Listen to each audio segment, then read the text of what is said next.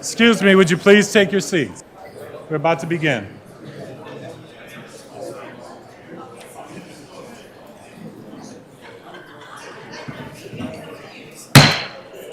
I'd like to call to order the City of Bowie regular City Council meeting, Monday, October 23rd, 2023, in Council Chambers. It is now 8:01 p.m. If you would, please, everyone rise and do the Pledge of Allegiance. All who can rise. I pledge allegiance to the flag of the United States of America and to the republic for which it stands, one nation, under God, indivisible, with liberty and justice for all. Thank you. Good evening, everyone. Madam City Clerk, would you confirm that we have a quorum? Yes, Mayor, we do have a quorum this evening. In council chambers, we have Councilmember Esteve, Mayor Pro Tem Ndebumadu, Councilmember Hawkins, Councilmember Truesdale, and Mayor Adams. And via Teams virtually, we have Councilmember Wolfley. Hey, thank you, City Clerk. At this time, I will entertain any agenda additions, deletions, and amendments. I will start with Mayor Pro Tem. Mr. Mayor, I would like to move to place the traffic, sorry, I'm trying to get the name up here. I'd like to move to place the traffic agenda item on the next council hearing. So I'd like to move that. And then I'd like to also make a motion to move the ICSC presentation, item G under new business, to item A. It's been moved that we move the traffic calming discussion to the next meeting. Yeah, to the next council hearing. And that we move the ICSC presentation to the top of the new business. Yeah, that's my motion. A second. Second. It's been moved and properly second. Any discussions? All in favor, please respond with an aye. Aye. Opposed, same savor. Nay. Nay. Motion carries.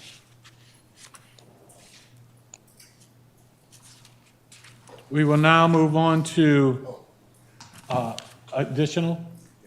Go ahead.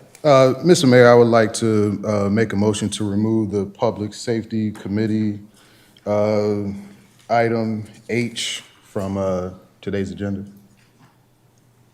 Okay, it's been moved. Second. It's been moved and properly second.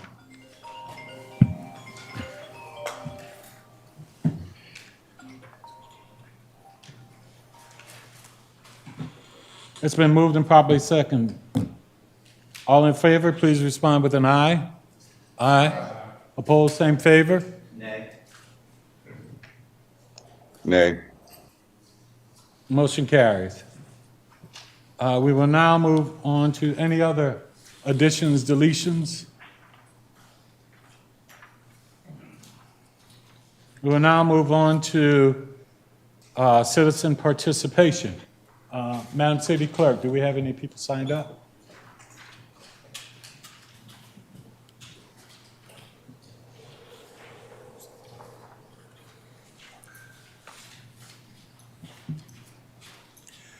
First, we have Terry London.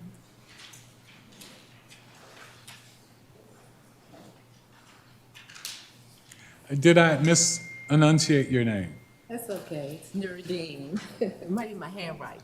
Oh, Nuruddin. Okay. Good evening, Bowie City Council, staff, and neighbors. My name is Mrs. Terry Nuruddin, and I am a resident at Collington Station. I am here today for my family and me to request your support on 3 community matters.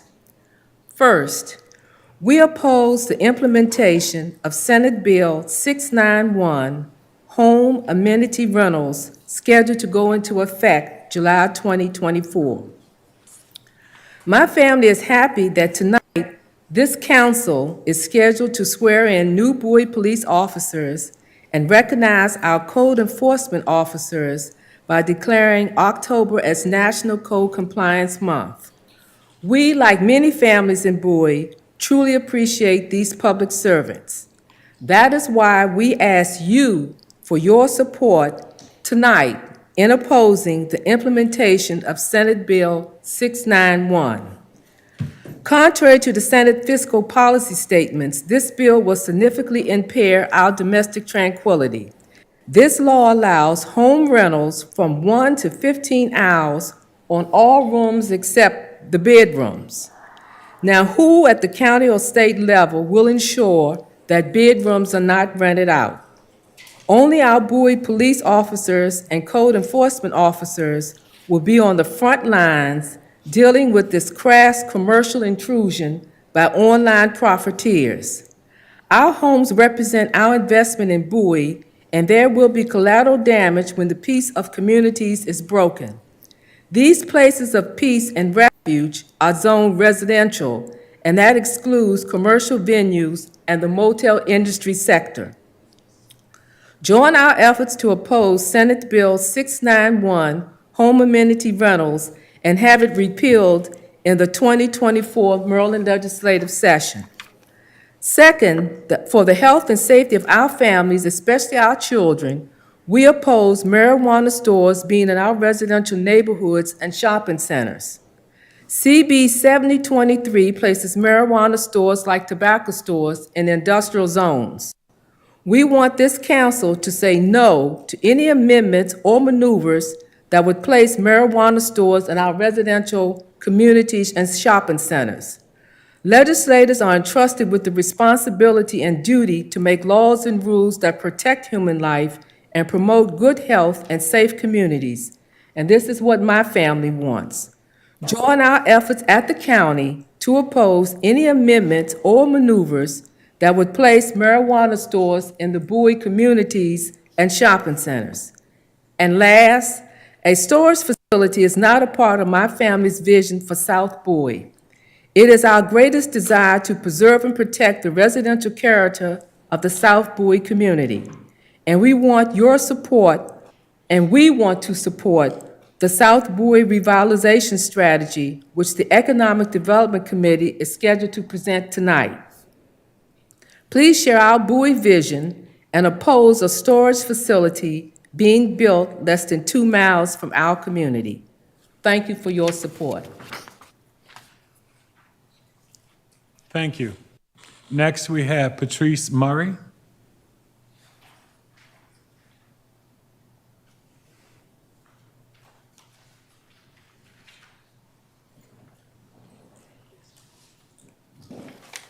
Good evening. Good evening. I'm Patrice Murray, Collington Station. There are several issues I want to bring before you tonight. First, I write concerning the implementation of Senate Bill 691. The state of Maryland and the county of Prince George's within its borders have a higher tax rate than many other jurisdictions.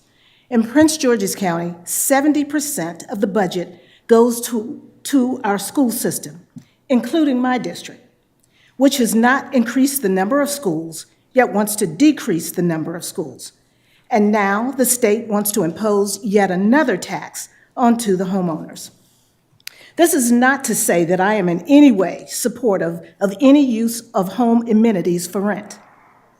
Not only does this disturb the peaceful existence of a neighborhood, but it also alters the very reason people purchase their homes in a given community. My community dealt with a short-term rental issue through our bylaw updates in an effort to maintain peaceful harmony in our community. Property owners had been renting out their homes for pool parties and what appeared to be backyard cabarets, which lasted through the night. Taxing this practice does nothing for the neighborhood. It merely provides yet another means for the state, county, and municipality to further tax its citizens. Enough is enough. Let's try to get reputable retail so that you can stop using the homeowners to pay the bills of the county and state. Dollar stores, smoke shops, and cannabis sales will not suffice in taking the burden off the homeowners' backs. My next comments are concerning the opposition of a self-storage proposed for the last vestiges of trees on Central Avenue, west of Maryland 301. We currently have a storage facility just north of Maryland 301 and Central Avenue, in the median of 301, and another storage facility south of Central Avenue in the park there next to South Lake.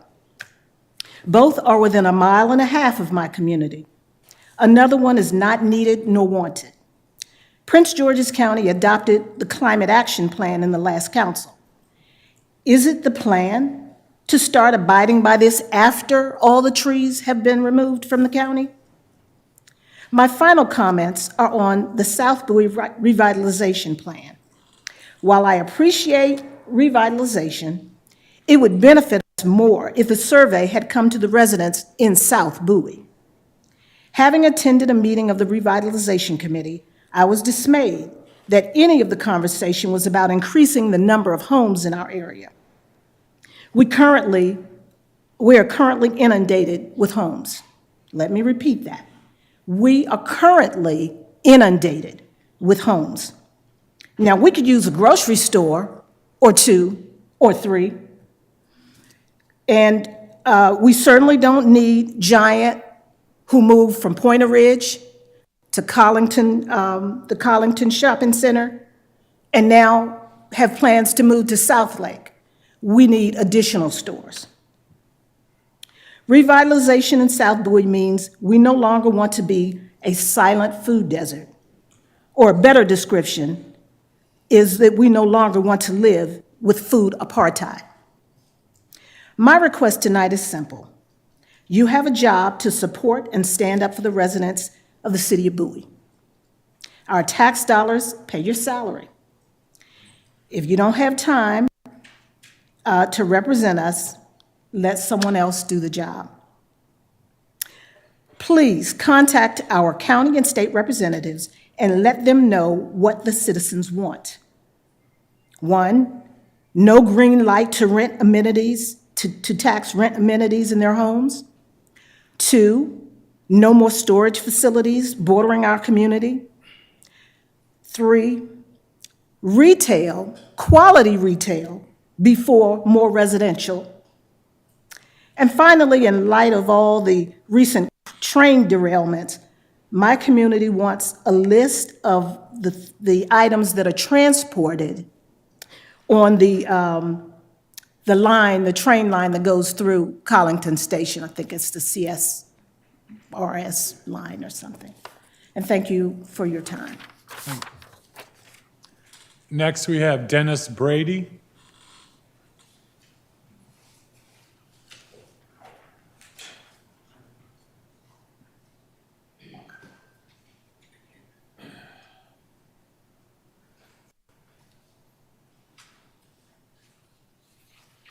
Evening, Mayor. Council, thank you for this opportunity to speak. I just want to quickly touch on the activities going on with Mitchell Road, improvements that are long, long overdue. I understand, talking to Councilwoman Watson, that she was able to get funding in for the resurfacing of the road, but it looks like, and we should be extremely grateful, that they've gone well beyond that, because they're addressing stormwater management issues, they're addressing curb and gutter, and actually installing sidewalks for the full length, which the 20 years I was on the council when we raised this issue, when I'd raised this issue, we got pushback, not so subtle pushback from the county. They said no. And I know when, I believe it was Councilman Turner, was able to get funding for repairing the road, it wasn't resurfacing, it was patching. And you know how that works. It quickly deteriorates and we end up with the condition that we've had. So Mitchell Road, since I moved here in '87, has always been a problem. And now that they're addressing it, we are greatly appreciative of that fact. And I would strongly commend Maddie Bizzurdo of city staff for doing a superb job in order to move this forward. She was passed on information that I provided and worked with Department of Public Works and Transportation personnel to get it moving forward. And I would suggest that when the project is done, that you, Mr. Mayor, ought to send a letter to the county thanking them for this work, because as I said, it goes above and beyond what was expected. Thank you. Thank you.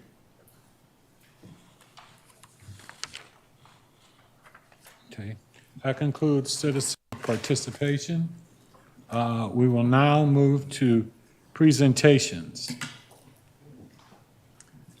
If we could have our police officers come forward.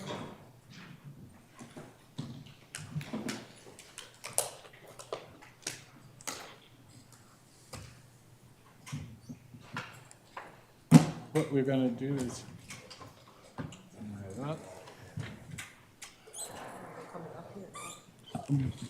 before I come down there, I'd like to read a little bit about each of the officers. We have Police Officer Jude Kilo Banyu, is that correct? Okay. Number 119, received his bachelor's in law from the University of Luanda in the capital of Cameroon. After spending 4 years with the Army Reserves, he was honorably discharged in December of 2022. He joined the Bowie Police Department in May of 2022 and successfully completed the Police Academy in February of 2023. Next, we have Police Officer Danielle Parks, number 121, who is a City of Bowie resident. She was also brought on board in May of 2022 and successfully completed the Police Academy in February 2023. We also have Police Officer Ashley Jones, number 123 of Silver Spring, Maryland, who joined the City of Bowie Police Department this April. Honorably discharged from the Navy in September of 2019, she graduated from the Prince George's Municipal Police Academy in 2021. She served on the police force of Morgan State University before transferring over to the City of Bowie. At this time, I'd ask you to give a round of applause for our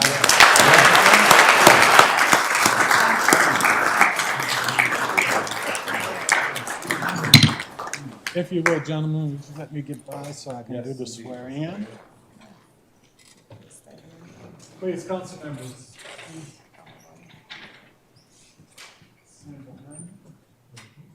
This is a very proud moment. So very proud. Chief and all the staff. Thank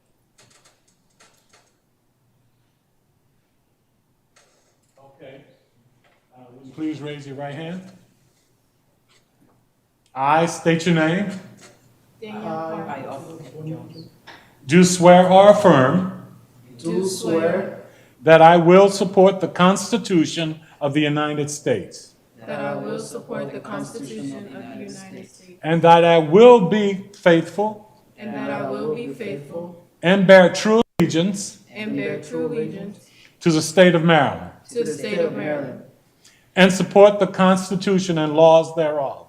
and support the Constitution and laws thereof, And that I will, and that I will, to the best of my skill and judgment, to the best of my skill and judgment, diligently and faithfully, diligently and faithfully, without partiality or prejudice, without partiality or prejudice, execute the office of police officer execute the office of police officer of the City of Bowie, of the City of Bowie, Maryland, Maryland, according to the Constitution according to the Constitution and laws of this state. and laws of this state. Congratulations. Thank you.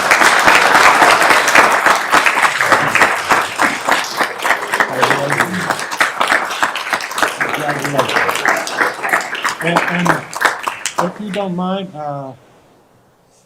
Officer Manu?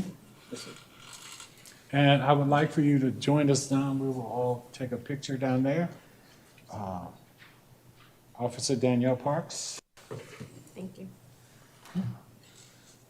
Let's see, one, two. Is there another one on my desk?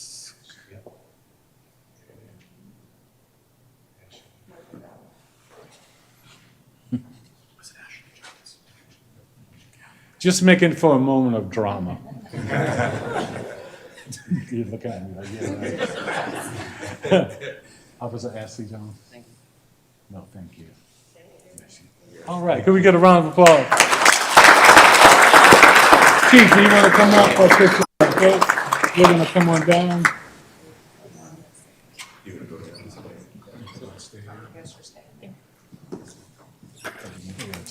I'll let you take a picture right here, and then we'll go in the front and take one. Okay?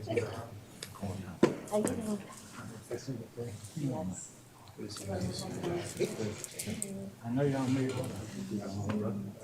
Chief, did you want to take one? Yeah, we're gonna go down. Yeah, we're gonna go down. Let's go down. Let's go down for a picture, please. You good? You good, man? Yeah, y'all go that way. I'm gonna go this way. Thank you.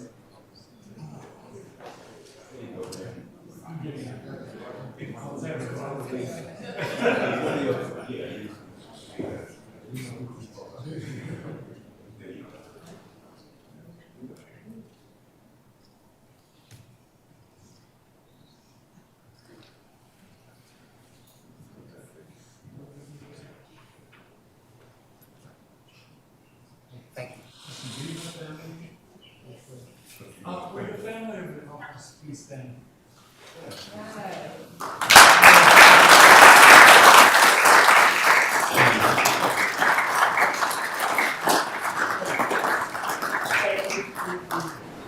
Thank you, but we also thank them.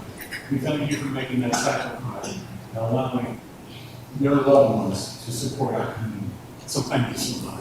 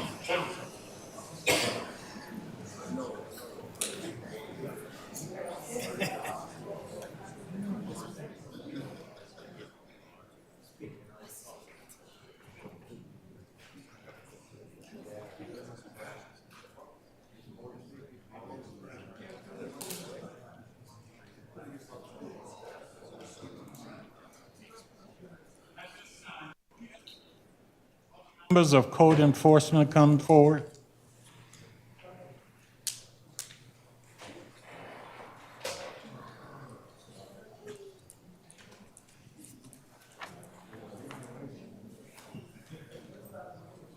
Please, come on right up here. Right in front there.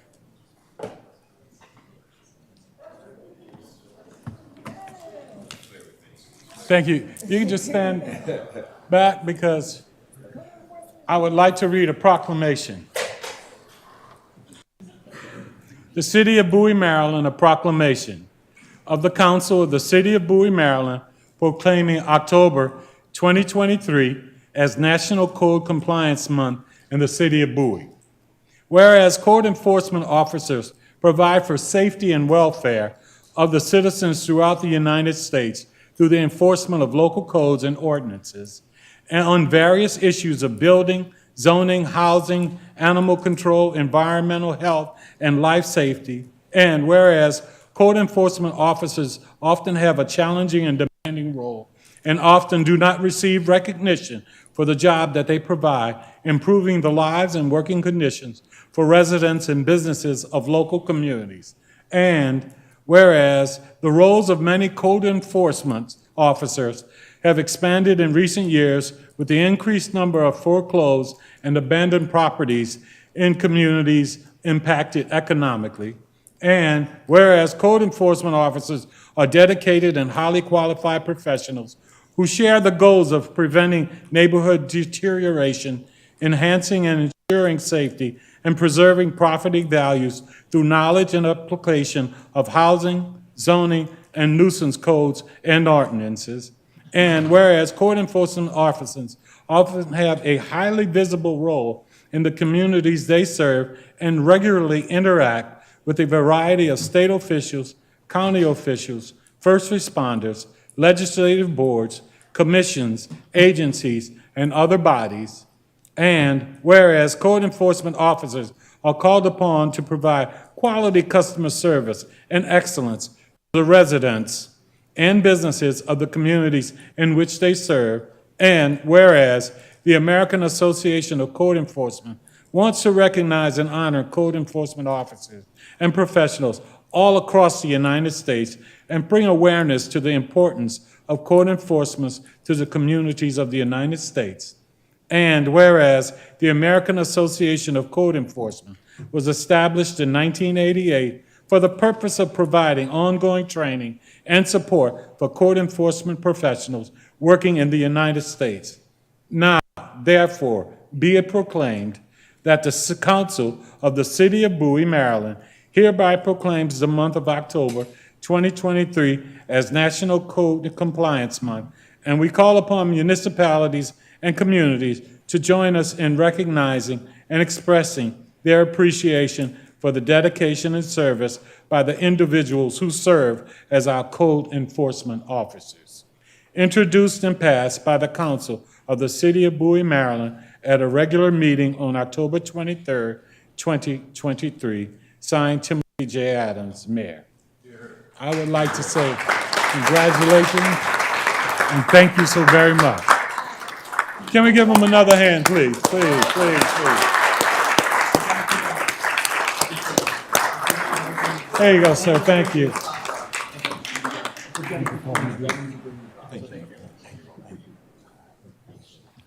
Thank you so much. Thank you. Thank you. Now, who would like to hold the proclamation? Who will take the proclamation? You got it. There you go. Thank you. Thank you so much for everything. Thank you for everything, okay? All right.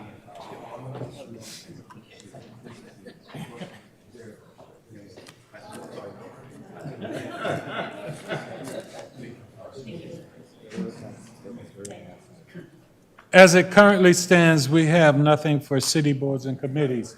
Is that correct, Rosa?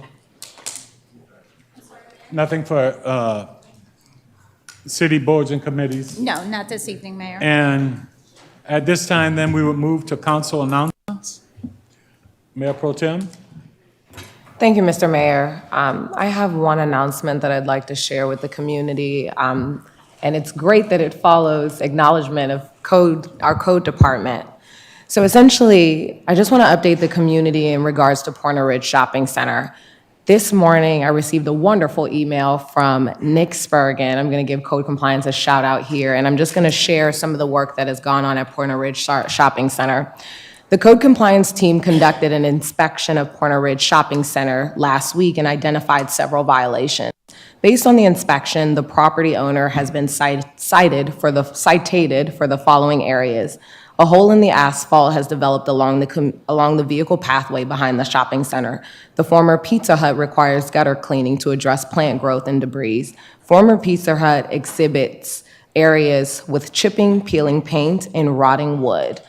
Additionally, there was a damaged fence near the rear of the shopping center and a fire hydrant that appeared to be tampered with, which have both been reported to the property owner. And the city also did cut the grass and also issued the owner a bill for unresponsiveness. So I do want to let you know that the city is continuing to work with DPI as well as Councilmember Watson's office, who's been a great help in just getting to the bottom of some of the citations and the violations of Pointer Ridge Shopping Center. So a big shout out to our code compliance team. Thank you for moving so quickly on this.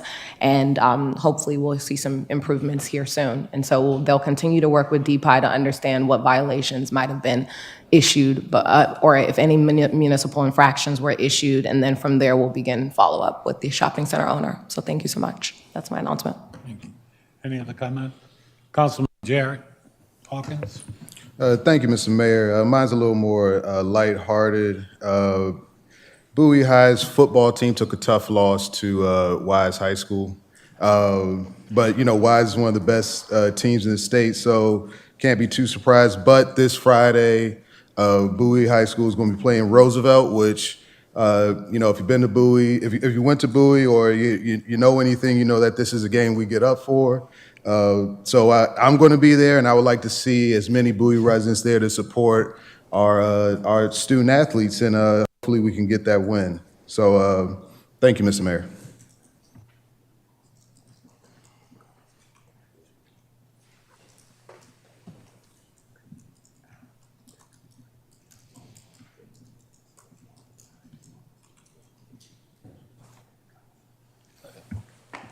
Okay. All right, any other comments? Anyone? No.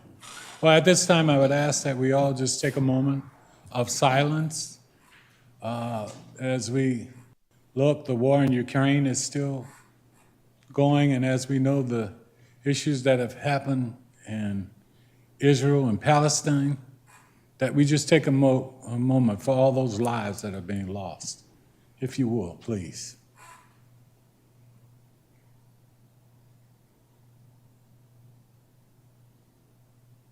Hey, thank you so very much. Thank you. Any other comments at this time? If not, we will move on to the city manager's report. Good evening, Mr. Mayor, City Council, and residents. Don't have a report of sorts, but I will say this. The president of Morgan State and I were college guys. He's an alpha, and he plays in 75, and David Wilson. So the next time I see him, I shall thank him for the police officer he gave us this evening. I'll make him happy. And oh, by the way, we also have another Morgan State person here, one of my young fellows, Mr. Coker there, who's going to be talking to you later in the night. But our staff is busy implementing our current budget and ready for anything that comes up tonight. And City Manager, we have also Lady Dare is of Morgan State. You know, Morgan State has taken over Bowie. What is going on? It's a fine Moving institution. right of higher along. learning. Go Xavier, I don't know. If we could, at this time, I'd like to move to the consent agenda. Mr. Mayor, I'd like to move to approve the consent agenda. Second. It's been moved and properly second. Any discussion? Hearing none, all in favor, please respond with an aye. Aye. Opposed, same favor. Hearing none, motion carries.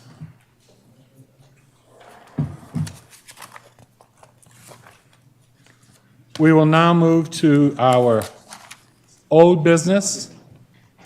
Item A, mentoring through athletics grant program. City staff. Thank you, Mayor. At a previous council meeting, the city council had requested we work with a develop an agreement with Mentoring Through Athletics to provide a grant. So attached to the agenda is a draft of the grant agreement with Mentoring Through Athletics.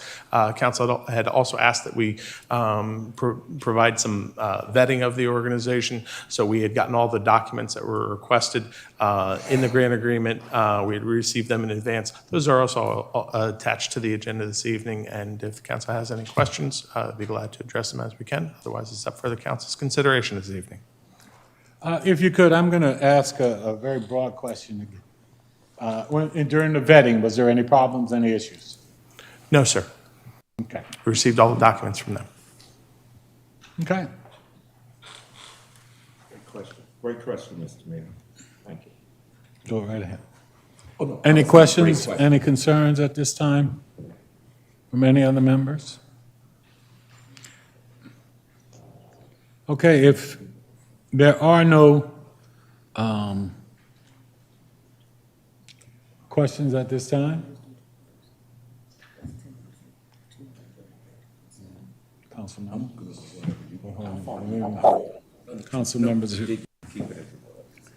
Okay. So, Mayor, I did just want to mention, there are two pieces of legislation that's associated with this. There is a budget amendment as well through Ordinance 012-23, and also the adoption of the agreement, Resolution R51-23. To recommend, since it is a funding item, to take up the ordinance first. Okay. Would you like to make a? Adjustment, actually. Yes, okay. So the only thing that I'm going to put on the table before we consider this agenda item is, or before we vote on it or have discussion is, I'd like to change the scope of it. I know the scope of it initially was for one full year, for one full school year at $25K, and that was essentially the cost for the program. So given some of the things and some of the feedback that I've heard and some of the opportunities that have arisen since the last conversation, what we'd like to do is change it to a pilot program that focuses on 2 quarters and essentially fund it at half the cost. So that would be $10,250 instead of $25K. And so that would change the scope of the program to provide an after-school pilot program for 2 quarters. And then essentially what we would do is work with a nonprofit to support their application to another nonprofit application at the county level. Does that make sense?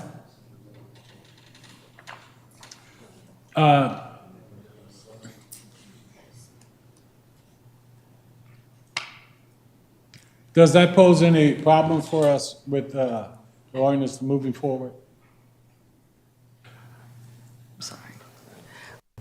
Mr. Mayor, I was looking at the ordinance itself, and so that would adjust the figures in the ordinance, correct? I mean, because we're going to reduce the amount, so those numbers would have to be changed. And then the agreement that's attached to the resolution would be amended as well with respect to the scope, the payment parameters, and the amount. So the scope that is contemplated in this agreement is referencing the scope that was provided to the city from mentoring through athletics.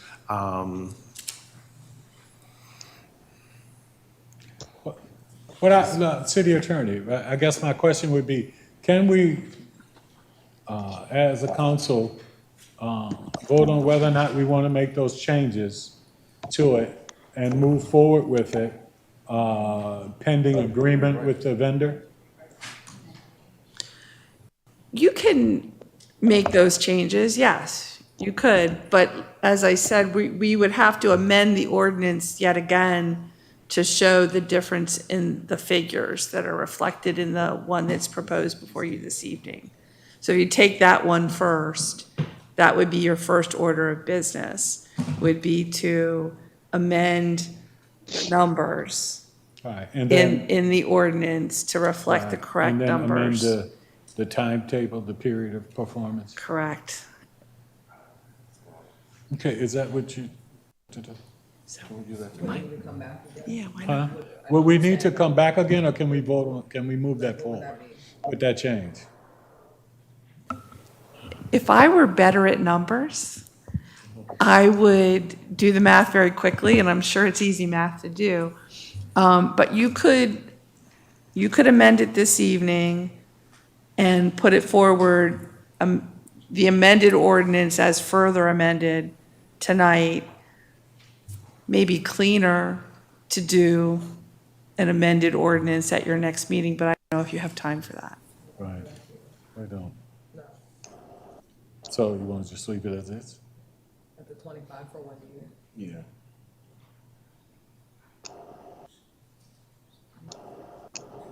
Prefer to amend it, but Yeah, and that question becomes, Ken, because we're losing time, we talked about doing it for a year, but we've missed the first quarter of this year. So we pushed it back. The idea was, and just so everyone can follow, what we're looking at, and I think I'm speaking what you're trying to do, is that we're looking at continuing to do it. However, this is a pilot program. And this is something we're looking at getting data back to see if this is something we look in other areas and with other organizations, whatever, as moving forward. But we need some feedback on whether or not we're going to add that into the budget process. Because if we're going to look at doing this again, we need to make sure that we have the budget, that it's in the budget. So we're looking to try and get this started so that they can give us feedback to see if this is something council wants to move forward with in the budget process to add in. So that's why we're looking at reducing the amount of money because number one, there isn't a whole year left to the school to be able to do that. Number two is if we put it off again, we probably wouldn't be able to get real information back that can help us with a decision made on whether or not we're going to add it into the budget process. So that's why the question is, can we amend the amendment and approve it tonight so that we could move forward and not put ourselves back into November, December, and then have no real time to really get a good feel for the success or not?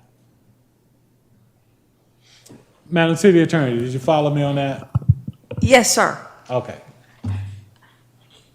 I believe that if the council would like to amend the ordinance before you tonight, you may do so and act on it tonight as amended.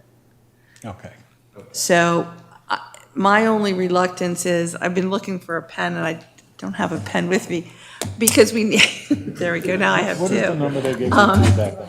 So we need to adjust those figures in the ordinance if the council's wish is to move forward with the adoption tonight. And so, for everyone's insight, if we did it, because we're looking at doing it for 2 quarters, so that we could get feedback before the budget process is complete, but also get some preliminary information on that.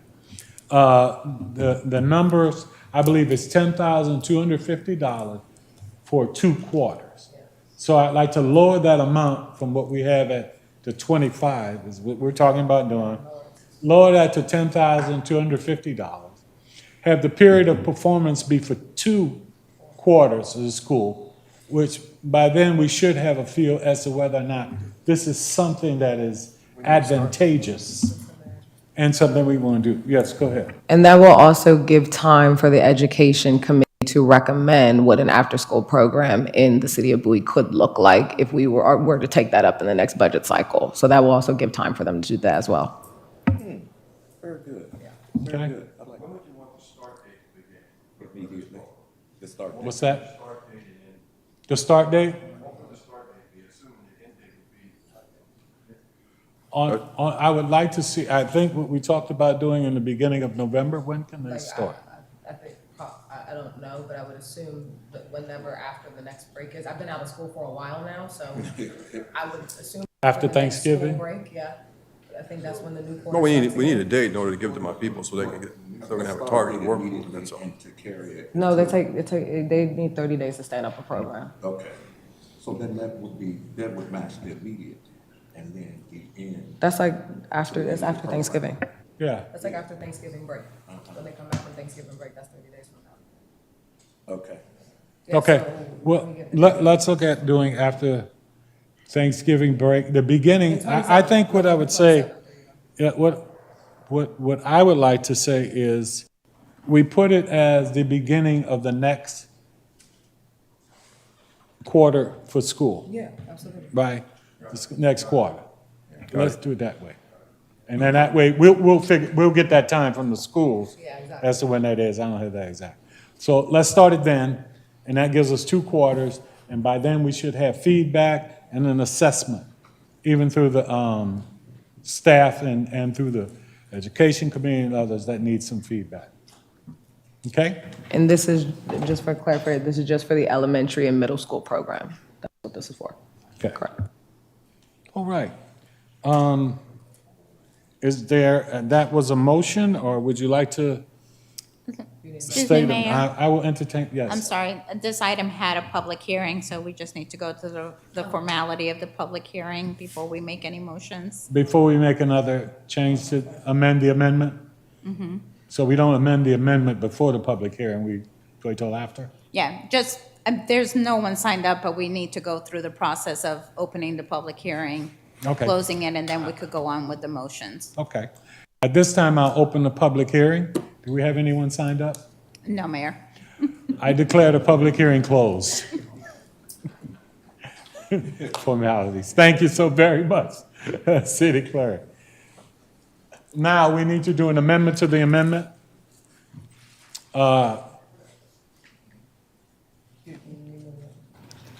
Mr. Mayor, I would like to make a motion to amend I would like to make a motion to amend the budget amendment, ordinance 012-23 and resolution R-51-23 to change the scope to be funded at $10,250 for 2 quarters of the school year, starting during the next school quarter. Was that clear? Did I get a second? If I, Okay. I'm very sorry to interrupt, but if I may, could we do the ordinance, do a motion regarding the ordinance and a separate one regarding the resolution, please? Thank you. Okay. Okay, Mr. Mayor, I'd like to make a motion to amend ordinance ordinance O-12-23 to be funded at $10,250 instead of $25,000 for 2 quarters, starting at the next school quarter. Is that good? It's been moved. Do I hear a second? Okay, and I like to second that. It's been moved and properly second. Any discussion? Any discussion? Just confirming, it's 1250, not 1050, or 1050? $10,250. Not 1250. What do you mean? Meaning, he was asking for the half, as the 1250 would equal 25K. So that's why he asked. Am I not doing proper math? Half of 25,000 is 12,500. 500. Oh, then, sorry, you're right, it's 12,500, I'm sorry, I'm not good at math, I didn't go to school for that. I'm sorry, you're right, it is 12,500. Sorry, let me remake my motion. Sorry about that. Deep apologies, looking at the wrong thing. I'd like to make a motion to amend ordinance O-12-23, to fund the program at half the cost, $12,500, not $25,000, for 2 quarters, starting at the next school quarter. Apologies on the confusion.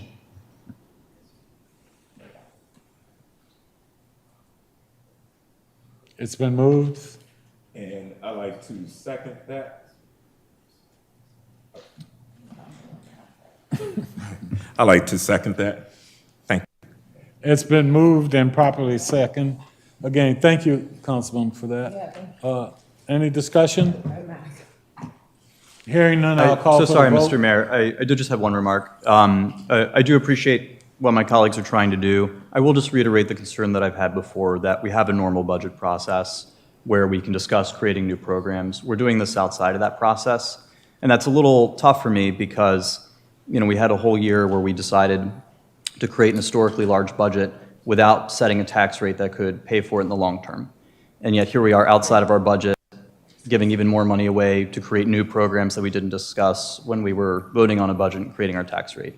I personally just don't think that's a great way of doing business, and so I can't support this tonight. Even though I think it's a nice idea, I would love to take it up in next year's budget discussion. I think it'll be a great thing to discuss then. Thank you. All right, I'd any like other? to, yes, discussion? thank you, Mr. Mayor. Thank you, Mr. Go Mayor. ahead. I'd like to say something in response to Councilmember Estev's comments. I've sat here on this council for 15 years, and through the 15 years, we've done this many times. There have been times I've had conversations with city staff who also recall us having done this. We've done it for hurricane relief efforts in Houston. We've done it for disaster, supporting firefighters that were local and national. We've done it a number of times, and we've taken the same process.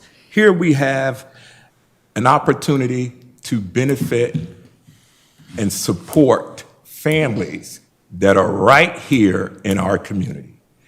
Families of color, families of single mothers and single parents that could benefit from a free after-school program, monies that could go towards putting food on their tables, monies that could go towards mortgages and utilities. We've oftentimes been the community of helping other communities. Many occasions. I've sat here for 15 years. I'm the longest serving council member. I have a record of it. Staff have a record of it. We've done this before.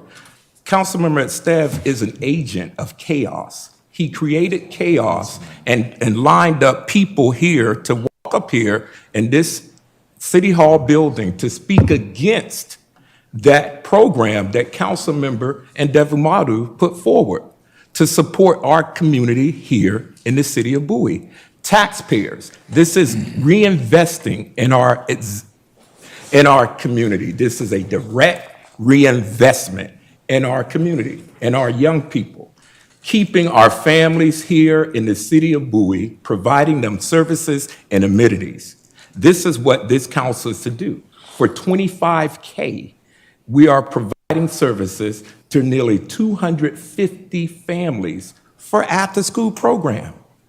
Monies that could go, again, to servicing families in any other capacity. And yet and still, he lined up everyone here that came and spoke against Mayor Pro Tem's Ndevumadu's grant to give for the after-school program. It was completely divided along the racial lines. I've sat up here for 14 years, and I've worked when there was, I know Mr. Mayor. I've worked when there was injustice to where I saw that it was done against blacks, whites, or any other community. This here is a program that could benefit many families. I met with the families. Unlike many people on our council, I go out into the community. I know many people here, many people in the community. And they tell me that this is a program that will benefit them and help them greatly. And I support, and where he says he can't support this, that is fine, that is fine. But he supported these type of programs in the past when we've given out monies to CLAW, to four-legged constituents. We've given out monies for that was one that just came to my head. We gave $10,000 to them over the past years. I'm talking $25K to be reinvested in our exact community, a direct impact for the positive. And I'm getting pushback on $25,000. Thank you, Mr. Mayor. I'm sorry. Thank you. Any other? Yes. I'm afraid I'm going to have to reply. Well, you know what? This No, is- I'm afraid I'm going to have to No, you reply. can't. No. You've had a turn to speak. We will wait and see if there's anyone else who has to make any comments, and then we'll look at coming back. But what we don't want to do is turn this into some kind of a back and forth, Councilman, if you could. Mr. Mayor, Councilman Dufour, please, go right ahead. I just want to raise the issue that, or make the point that this is not about whether or not the particular idea is a good one or a bad one. It's about the process for doing it. We just this evening on the consent agenda approved the grants programs for the community outreach, for the education, and for the city arts committees. Those grants were awarded as part of a process that included budget considerations that were talked about. We had plenty of time as part of our budget process to discuss this. It's about the timing of it. and the nature in the way it was brought forward at this point in time, it's last minute, and it's not fair as part of the overarching city's effort to provide grants to the community at large for somebody else who go through a normal process, and then we're handing this money out in a separate manner. So I will say that, to be sure, we have handed out money in urgent times. Katrina is an example that you mentioned, Mr. Councilman, and that is correct. But there was urgency involved there. That was unexpected, unplanned. It was an emergency. That is in no way the same as in this circumstance. So I think that, certainly for myself, that's my concern. I don't have any issue with the program. I don't have any issue with the idea of helping members of the community. I do have an issue with the process, and I do have a dollar issue as well. I think the money is a bit much. So those are the reasons why I can't support it, because of that opportunity that's been there all along. Thank you.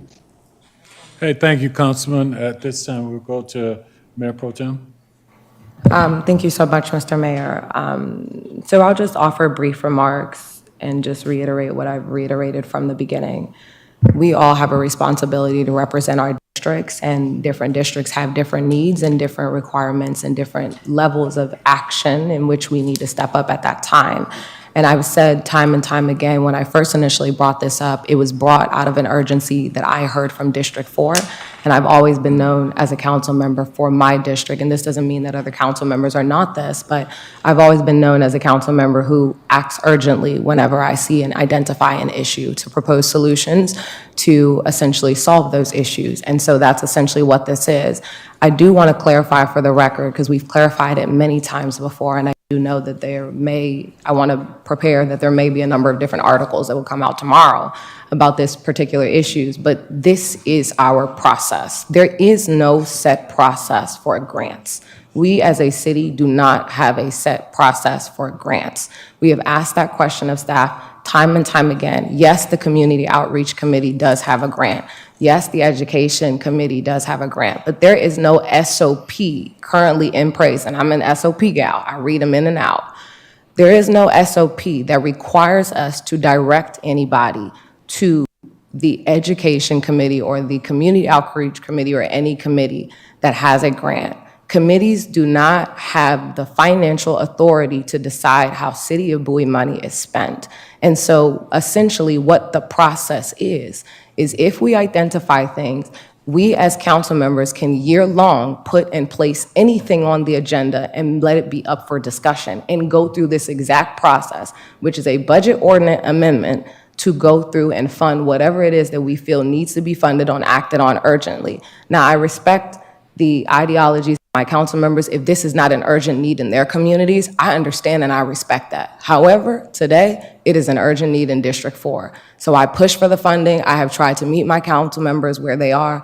We've even cut the funding down in half. But the reality that saying $12,500 is a lot of money for 120 students to provide after-school programming for scholastic enrichments for 2 hours, 2 times a week, and the idea that that is a large amount is false. After-school programs for the month cost $2,000 and upwards of that, which is why residents are saying, hey, help us out. We can't financially afford this. Financial costs are rising. We need some sort of relief. And so that was why this was funding. And I will continue to work with my colleagues on the county and the state level to make sure the nonprofits in our communities are funded. However, I answer to the residents of District 4.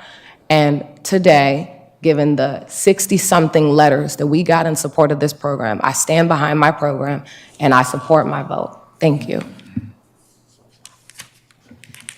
If I could, I'd like to add the point so that everybody, so we don't get far off of track, is that this was something that was set for and eligible for action because it had been previously discussed and brought to this point to be voted on tonight. So this is not something new that we're doing this evening, just to keep everybody on pace with what we're doing.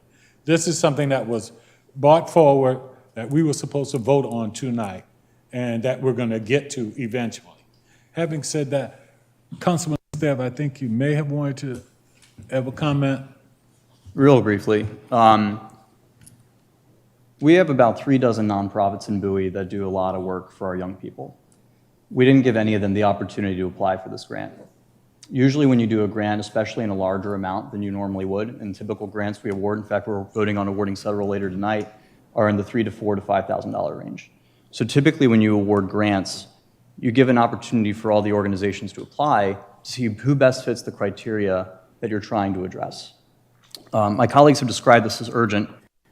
There's a lot of things in our community that are urgent. We're not voting on rental assistance. Nobody has brought up mortgage or student debt relief.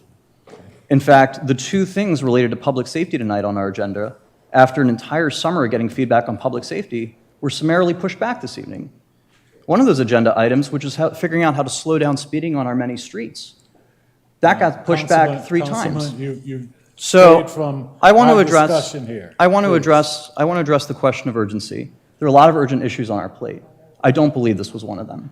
Okay. Thank you, Councilman. At this time, we'll have no further discussion and we'll call for the vote.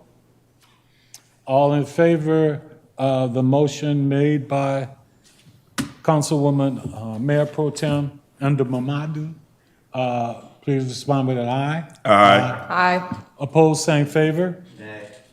Nay. Motion carries. Moving on to the next item. How did we need to handle that, City Manager, Attorney? So now you have amended the ordinance with that motion. If you choose to put it up for adoption, it would be as amended. Okay. So we will I will accept a motion to vote on the amended. Mr. Mayor, I'd like to make a motion to adopt Resolution R-51-23 as amended. I like to second. And It's I been second moved. that. Oh, you need the resolution? She said, you did say resolution. So you made a motion to amend the ordinance, so that created the amendment. Now you have a newly We're amended moving to- ordinance that you need to adopt. Right. So that's what you said. Mr. Mayor, I'd like to make a motion to adopt the newly amended ordinance O-12-23. It's been moved. It's been moved and properly second. All in favor, please respond with an aye. Aye. Opposed, same favor. Nay. Motion carries. Yeah. City Attorney? We've got a lot of discussion over there, that's why I'm not calling you. So, yes, sir. What we are discussing over here is that in order for this ordinance to pass, it requires a favorable vote of at least 2/3 of the members of the city council. So there are 7 members, so it's 2/3 of 7 is required.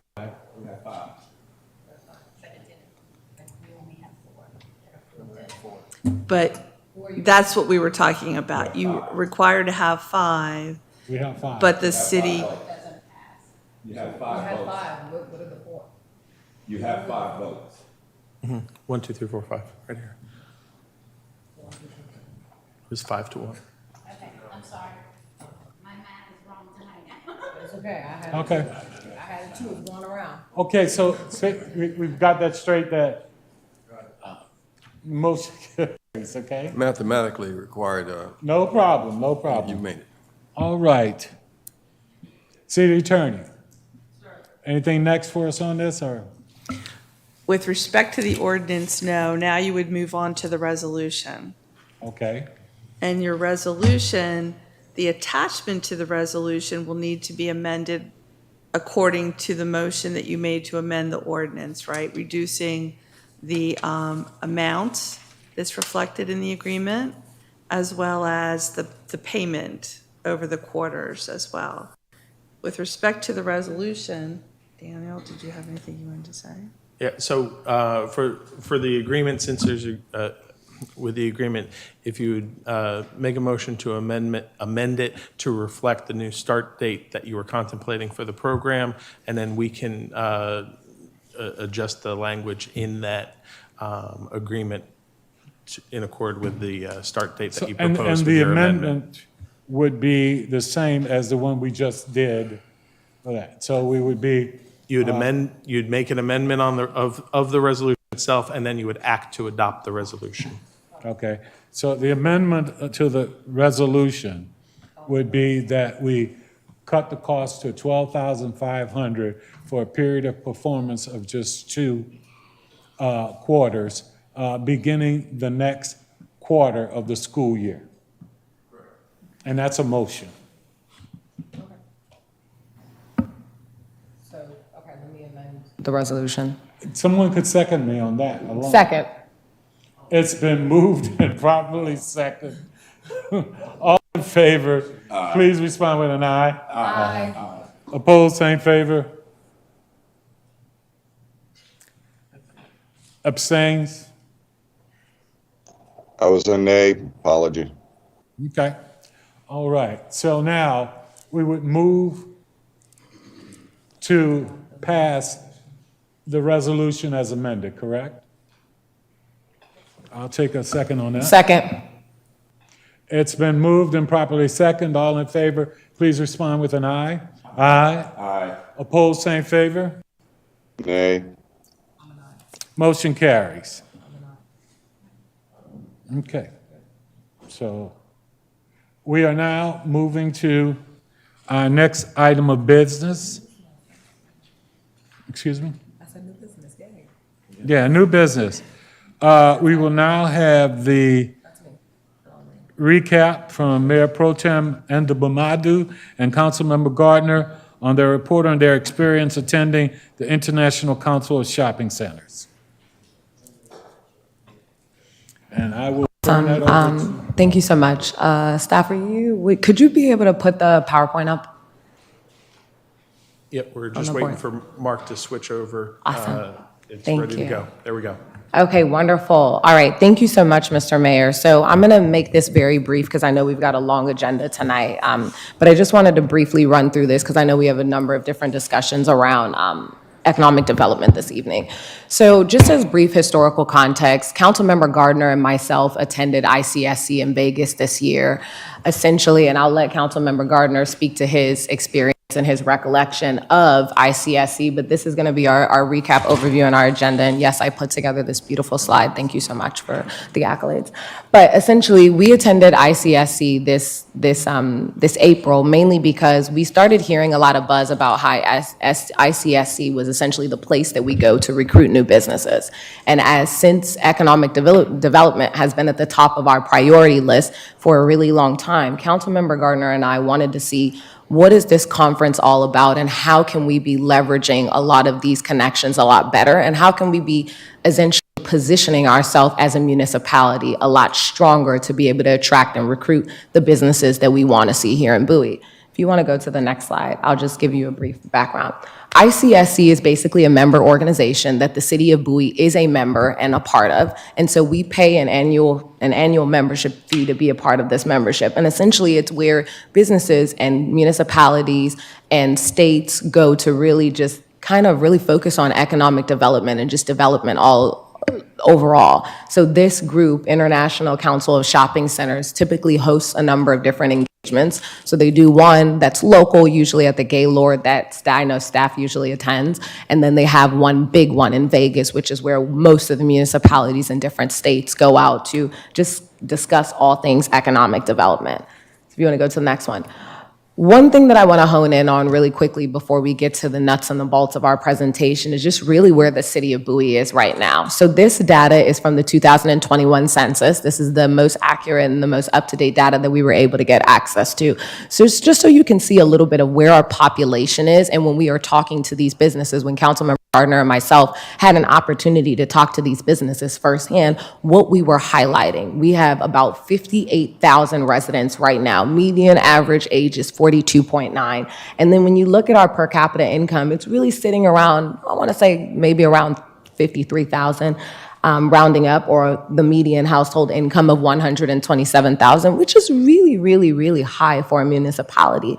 And when you think about some of the largest percentages of our population, that's really around the 10 to 19 age range, or the 60 to 69. So just so you can get a feel of what we're talking about and what we're speaking on when we are speaking to a lot of these businesses that we had an opportunity to meet with. You can go to the next slide.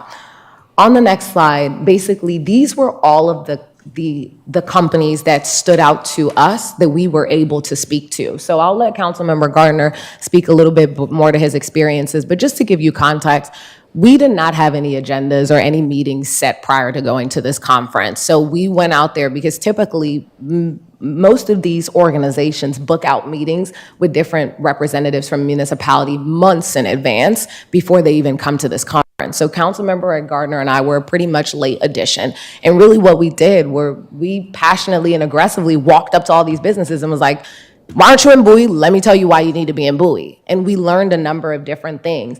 We had an opportunity to speak with Sprouts and the representative for Sprouts Grocery. Hopefully they'll be signing a letter of intent here soon. But it is really, really looking good for us to get that. And then when you see Cooper's Hawk and Winery, Orange Theory, and Solid Core Shake Shack had already put in an offer on a location here in Bowie.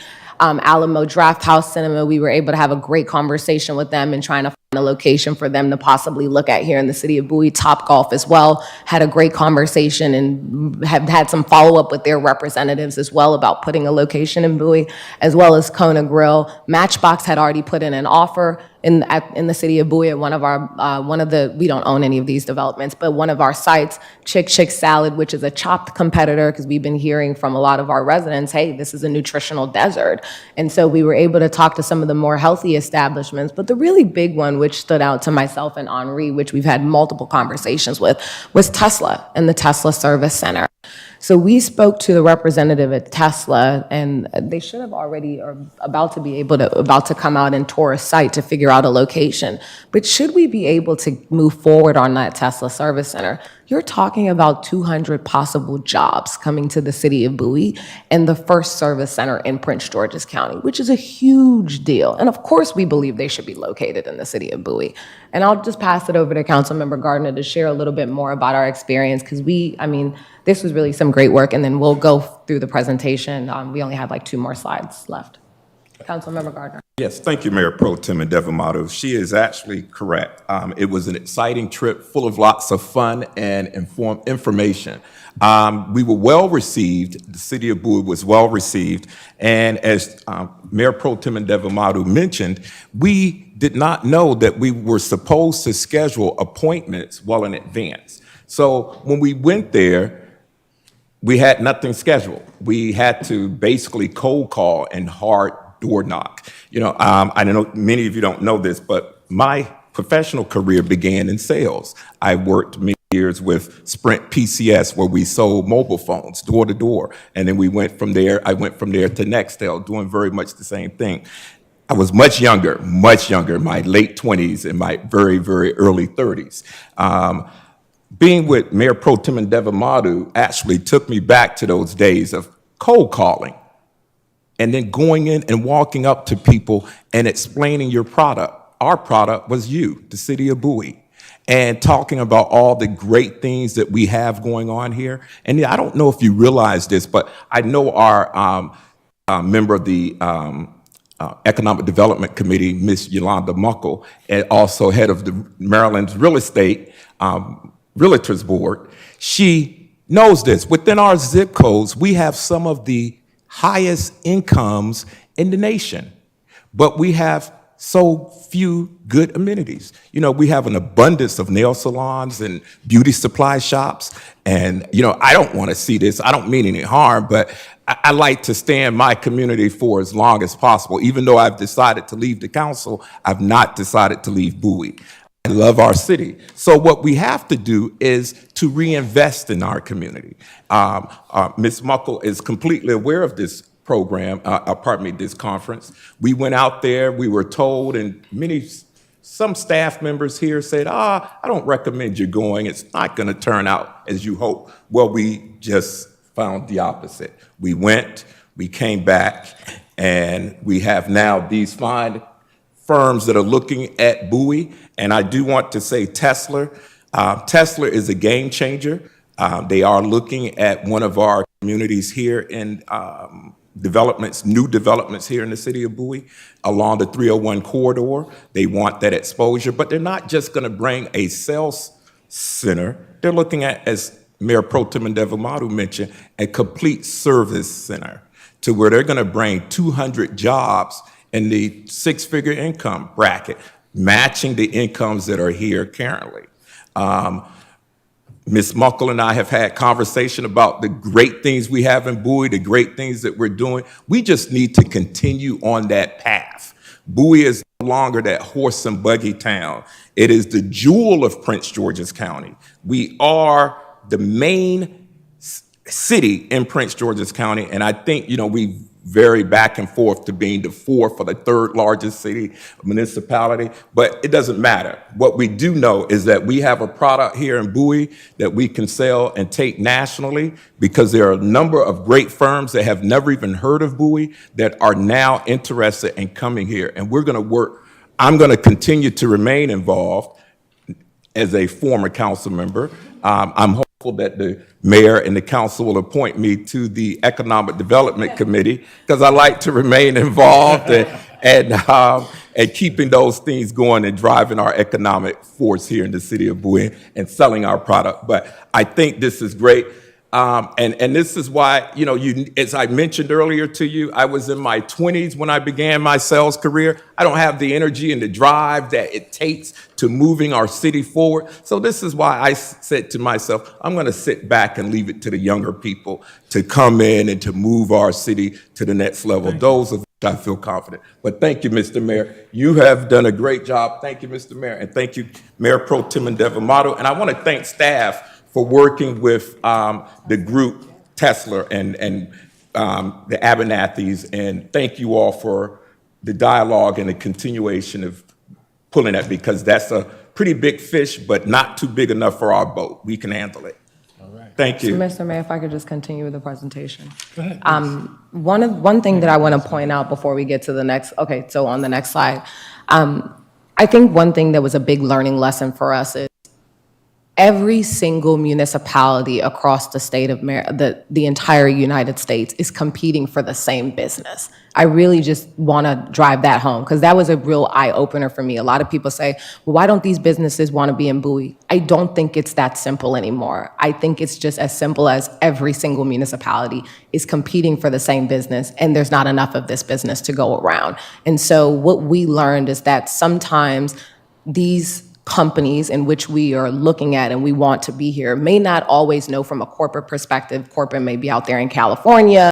Real estate and facilities might be in another country. They may not always know that a Bowie, Maryland exists. And so part of that is also being proactive and really figuring out during this next budget cycle for the new council to figure out how we want to possibly change our posture based on these learnings. So part of the things that we learned too about shopping center revitalizations, we met with a number of different private equity firms that were real estate investment firms and also brokerages. And really what we learned was that there was possibly a significant opportunity for us to get some of these more older shopping centers maybe bought out by a newer group that is actually invested in the community, that has better models, that is really looking to develop a quality product that is more reflective of what we are looking for.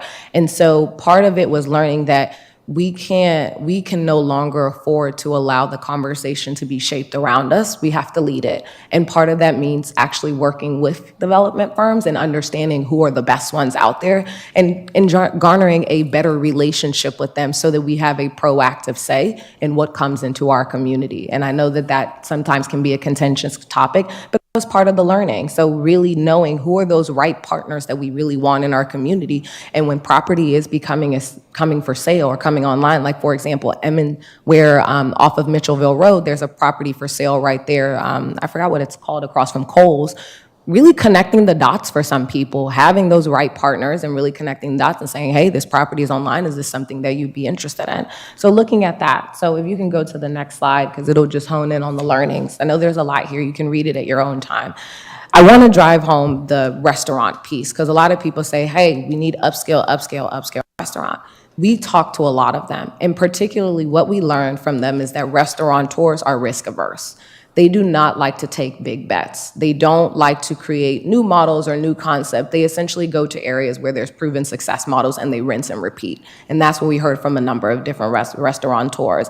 We also learned that our great claim, Chick-fil-A does really, really well. That is the highest grossing revenue restaurant in the city of Bowie at 13 million year over year. That is a huge number. And so really leading with that part of the story and showing the success record that a lot of the restaurants are having in Bowie is a way that we can better position and better attract essentially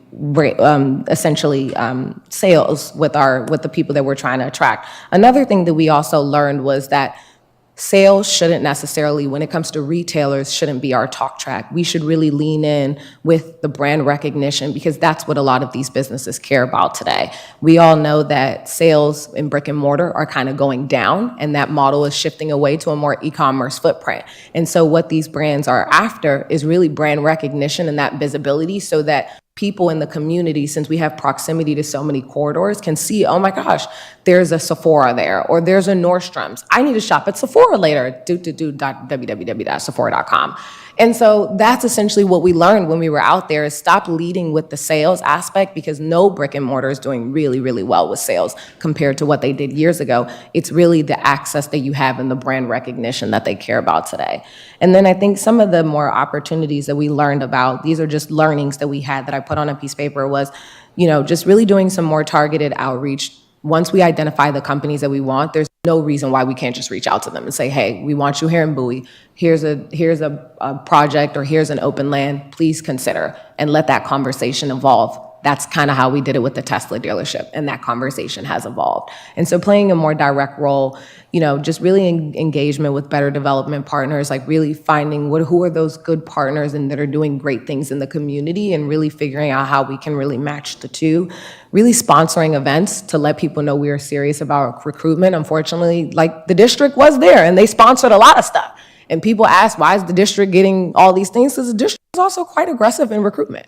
And so I just want to drive home, like, when we talk about, some of these pressing things, or when the new council talks about some of these pressing things next year, those are the things that are going to have to be top of mind. And also engaging in public relations to tell the Bowie story a lot more clearly, so that we can control the narrative. We just went through this large branding exercise where we did a new branding engagements. We learned a lot about what the benefits of our community was. So really taking that talk track and amplifying it to attract new businesses.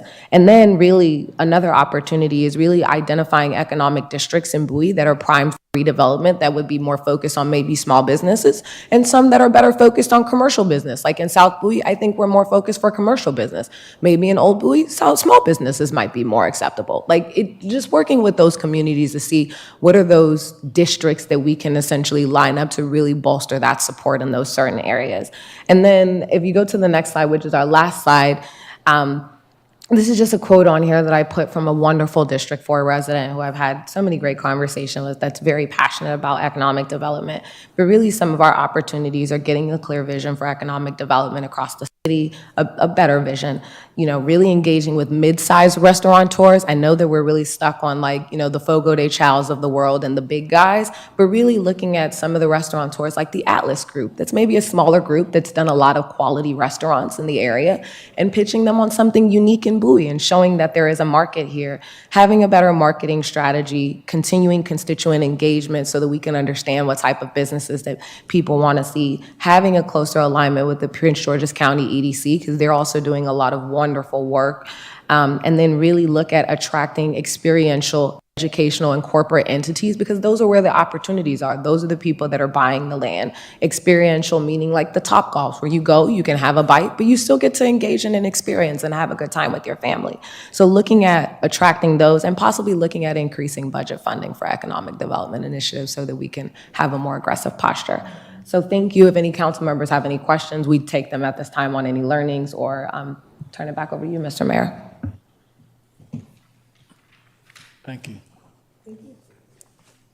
Any questions or anything for any of the council members? Mr. Mayor? Yes, go ahead, Councilman. Quick question for the council members. Obviously, everybody knows I have a keen interest in electric vehicles. So I'm a little bit familiar with the idiosyncrasies of Tesla and their struggle to get into Maryland. What do they think about the chances of being able to get something at the state level to allow them to have additional dealerships or additional presence in the state? Is there any feedback from them on that? Thank you, Councilmember Wolfe. This is Councilmember Gardner. That is a very good question. Tesla did share with us that they were having some issues with an additional service center and sales center in the state of Maryland due to their method of delivery. They are a group that does not have a dealer program. They sell direct to the consumer. So in selling direct to the consumer, the state of Maryland has more or less topped them off with having 4 dealerships, or pardon me, 4 service centers and sales centers. I have had conversation with our Senate and our state delegation, Senator Ron Watson, who happens to be in the audience this evening. He and I have had conversation about this already, and so it is on his radar, and he is working on amending the legislation to allow Tesla to bringing in perhaps a location here to Bowie.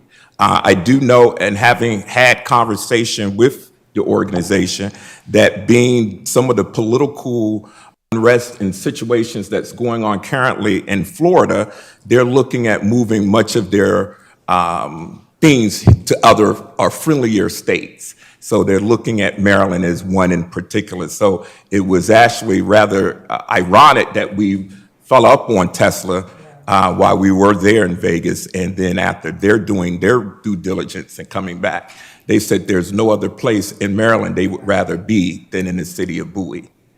And our senator, who leads our state delegation, is in our audience tonight, and he's aware of it, and it is on his radar. So they are working to assist Bowie in capturing our first Tesla dealership, or pardon me, sales center. Service and sales center. Okay. Thank you for that question. Any other questions, anyone? Councilman Hawkins? Thank you, Mr. Mayor. Not a question, just a comment. As I've been, talking with residents, upgrading our amenities, the commercial options that we have, restaurants, where we shop, how we recreate and entertain ourselves.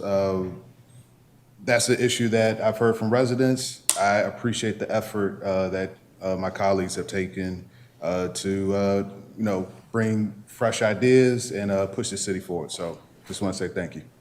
Thank you. Thank you. Any other comments, questions? Hearing none, again, thank you very much for that presentation, and thank you for all your hard work. Thank you, Mr. Mayor. All right. We will now move on to the Bowie Golf Course Driving Range renovation and expansion. Good evening, Mayor and Council. This is Nick Spurgeon, Acting Director for Community Services. This evening, we have a great team of Matt Reno, Project Manager, Mr. Joe Graves with Gant Burnett, and we have 2 individuals from our Bowie Golf Course, TJ, who's our General Manager, and Justin Smith, who is with Troon Golf. Thank you, Nick. Good evening. Good evening, Mayor and Council. How's everybody tonight? Good. It's a long night, but we'll try to get through this fairly quickly.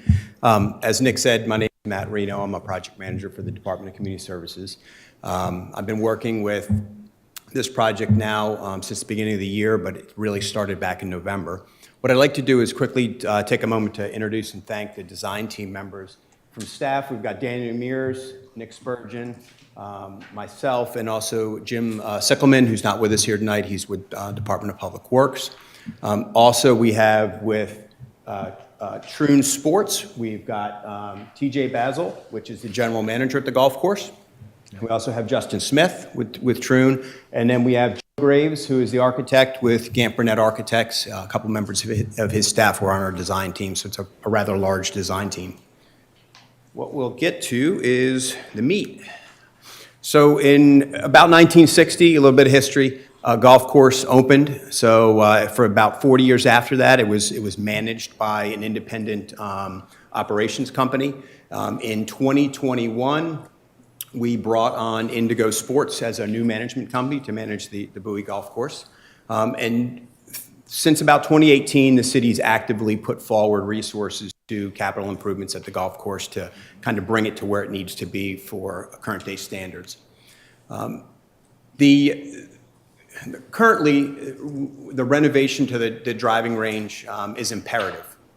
It's going to tackle, we've got safety issues there, we've got amenities that we need to add, restrooms, we need to add ADA accessibility to the driving range. It allows us to resolve some significant stormwater management issues that we've encountered. And it elevates this golfing experience to be more in line with what a modern golfer would like these days. And that sort of touches base to what Roxy had mentioned about bringing new businesses to town. Well, bringing larger corporations have a workforce, and those workforce folks want a place to go and do things. A golf driving range can be just that. So the other thing that this project is promising is it's going to draw our residents who are golfers, but it's also going to allow us to draw non-resident golfers and also non-golfers in our community. Folks that don't necessarily golf, but they have a spouse who does, well, they come and they have something to do now. They can watch, they can participate, they can be part of it. And the main thing I'd like to point out is that this is a 40-plus year renovation to a building that will last 40-plus years, and it will bring revenue to the city of Bowie for 40-plus years. Significant revenue, and we'll touch on that shortly. The goals that we had for this project, obviously increase revenue. We want to resolve the safety concerns. We're going to provide the ADA access to the range and also be sure that we resolve our restroom issue at the course. We've got a restroom issue. This solves it. We were able to creatively work through the design process to look at ways of solving that issue, and we think we've done that. And then, as I mentioned, we can resolve the failed stormwater management deficiencies as well. So what I'll do now is ask Joe Graves with Gant Burnett to come up. He's going to talk a little bit about the design element, the design phase, and what he's going to do is share with you a couple of slides and photos of what the 95% design looks like at this point. Joe? Okay. Great. To the next one, or you can go back. There. You go. Good evening, everyone. My name is Joe Graves. I'm with Gant Burnett Architects. So in November 2022, my firm, Gant Burnett Architects, we were contracted through the city of Bowie to provide comprehensive architectural and engineering design and construction management services for the renovation and expansion of the Bowie Golf Course driving range. During the initial schematic design and design development phases of work, we worked with the city and golf course personnel to collect and analyze the existing data for the site, ascertain the new driving range facilities needs and requirements, and evaluate alternate solutions for the facility. During this phase and subsequent phases, Gant Burnett held bi-weekly on-site meetings with the city project management team, golf course personnel, and project engineers to further develop and define the specific details and goals related to the project. While working through these phases, Gant Burnett was able to develop a comprehensive set of 95% construction documents that included construction drawings, specifications, cost estimates for the driving range facility. So we'll go through a couple slides, get everybody oriented. This is a site plan of the golf course. So I don't know if anybody can see this pointer, it's pretty small here, but this is a Laurel Bowie Road, which is Route 97. Everybody enters the facility along this drive here, private drive, and this is the parking lot for the course. Item number 10, as you see here, is existing golf cart storage shed where they have the golf carts. 9 is a existing pavilion. 8 is the existing clubhouse. And we'll get to the new items, which would be currently right now in this area that I'm highlighting here would be the 9th green. That 9th green is now being moved down to this area, which is new 9th green. and the whole number 1 driving tee box is going to be reconfigured at this area. The new driving range is this large area here. It's actually on the footprint and a little bit expanded of the existing facility, so that way we can have 250 yards. The existing facility, I think, was somewhere around 100 and some odd yards, so any kid with a pitching wedge could easily hit somebody else in the next range if he got over the netting. This expands the length of the range, brings it up to current conditions of other facilities. And as you see, number 1 right here, this would be the covered area of the driving range. With this little bump out here would be the restrooms, 3 unisex handicap accessible restrooms. Item number 3 here is an outdoor kind of patio area with a outdoor tee box area. And below the driving range, there's another outdoor tee box area here. Under the coverage, we'll have 16 covered tees, and it's 1 level, while outside we'll have 15 uncovered tees, both south and north of the facility. As well as down here in this lower corner, we will have a grass area driving range for lessons for students. So the plan, Matt has taken the plan and oriented it. He twisted the drawing a little bit, so it's a little upside down to try to read it.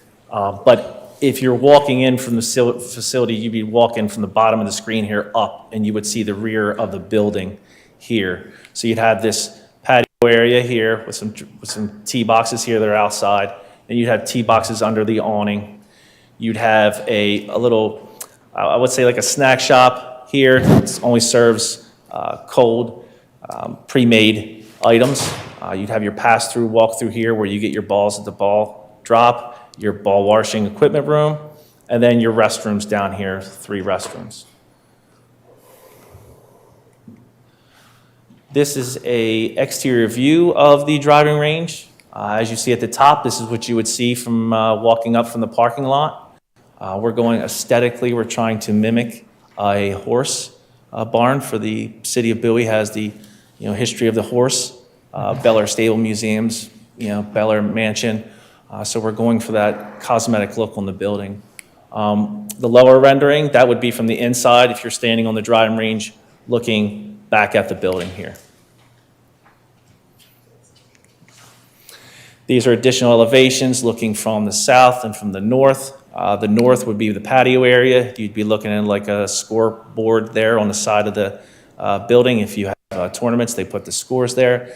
And on the south of the building coming up 18th, I think it'd be 9th green, off the 9th, you would see the south elevation where the restrooms with a bottle filling station, and that's all I got. Yeah. So the next person we'll bring up is Justin Smith with Indigo, but as Joe had mentioned, the concept behind it is this would be a 4-season facility with heated and lighted driving range, open year-round, providing a tremendous opportunity for training elements, but also for active, practice and whatnot throughout the entire season. Just a tremendous amenity. And I forgot to mention before Joe had spoken was that in 2019, the city had done a master plan exercise at the golf course, and it was identified then that we should be mimicking some of that horse racing history. That's where you saw the element of the red barn and the white stuff. It's the idea is to sort of mimic and bring in that element. But I think what you really want to see is show me the money. And what we'll do now is bring up Justin Smith with Indigo. And we got some projections that we can show you that give you an idea of what this facility could bring in for the city of Bowie. Thanks, Matt. Good evening, Mayor, Madam Mayor Pro Tem, council members. Great to see you again. So it's quite serendipitous that Topgolf was referenced. They're a great partner of our company, as well as their parent company, Callaway. But this range will actually have their technology as well. So you'll be able to trace the ball, see it on a TV screen. It's pretty cool. But the numbers. So Matt teed this up, pardon the pun, correctly. We can see here, the growth. It's substantial at Bowie from a revenue perspective as soon as the range is built. We jump up to close to $1 million in range-related revenue in fiscal year '25. And then FY '29, it jumps to almost $2 million. And so that's the beauty of that, is that's City of Bowie money and revenue. That's job creation, like you all have talked about, which is incredibly important, and creates recreation for everyone, junior programming through instruction, and all of that. That's great for the community. So we are extremely bullish on this. If you want to see some examples, we have done this with the National Links Trust with their golf courses in Washington, D.C., East Langston and Potomac, or East Potomac and Langston golf courses both put this technology in and have seen incredible results from doing that. But we've also installed their technology throughout 75 of our golf courses across the world. So these numbers are incredible. We're very bullish on them, and we believe it'd be a great benefit to the city of Bowie. Thank you, Justin. And lastly, timeline. So we pretty much at this point are 95% done with design. We do have a cost estimates in. The next steps that you're going to see us moving to between November and March are going to be starting that county permitting process. Lengthy, arduous, challenging process in Prince George's County, but we will work hard to try to get through that. Following that, we're going to, almost sequentially at the same time, we're going to start also preparing the invitation for bid to be able to put this out on the street. Our goal would be that we can get that released by the end of March so that we can start to entertain bids and award of contracts so that construction can start somewhere in that late spring timeframe so that we're able to achieve the timeframe needed to be able to seed and sod and get the grass growing in the driving range. So that's our timeline. What's next? We're going to go ahead and cut GBA loose on the last 5% of design, so we come up with that finalized architectural design that's be able to move forward with bidding. And we'd like to answer any questions you might have. That's all we have for our presentation. First and foremost, thank you for the presentation tonight. Very welcome. I'm glad you're bullish on those revenues coming in. So I'd like to do that. I'll open it up before I have any questions. Any questions from council members at this time? Go ahead. Mayor Pro Tem? I don't really have a question. I just want to commend you on the work. I know, like, I've literally seen you at the golf course, like, popping up to support the team on all of this work. So I just want to give a shout out to city staff, literally, because you were there when I was doing my tour and you were just working so hard. So I really appreciate all of the effort that's gone into this. This is just a really beautiful example of us being able to preserve something that is a city gem and turn it around and be able to get new revenue sources for the city that will hopefully be able to help pay off a lot of the improvements that we need to continue to make to the golf course and also bring people back to the golf course. So we just want to thank you. The only question that I have for you, you mentioned, I think you mentioned in the presentation that the technology that will be used at the golf course is technology that Topgolf uses. Would us attracting a Topgolf, does that pose a conflict? I just want to ask that question because I want to make sure that I'm not taking away from what we're trying to do as a city. Right.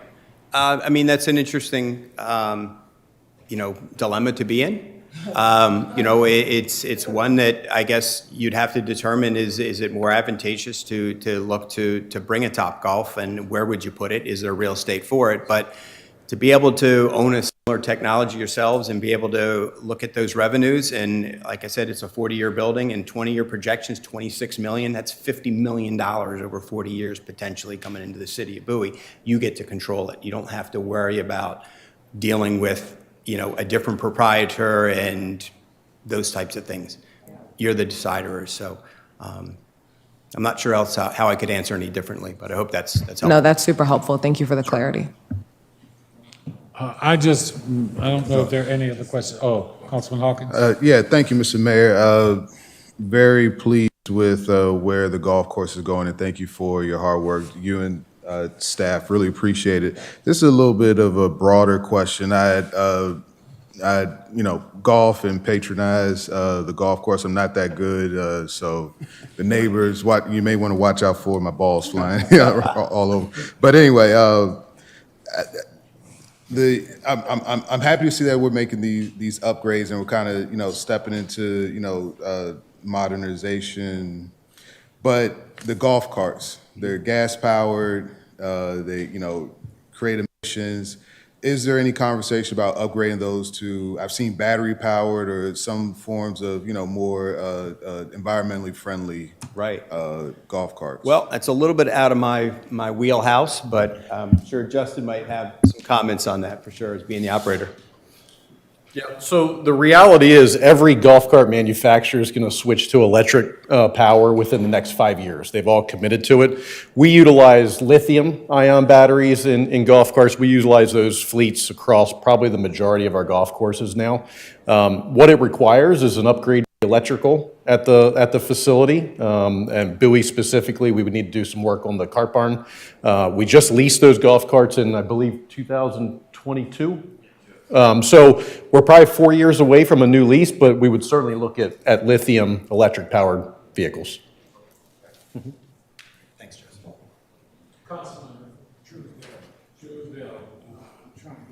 Work. Okay, all right, it's kind of new. Thank you, Mayor. Thank you for your presentation.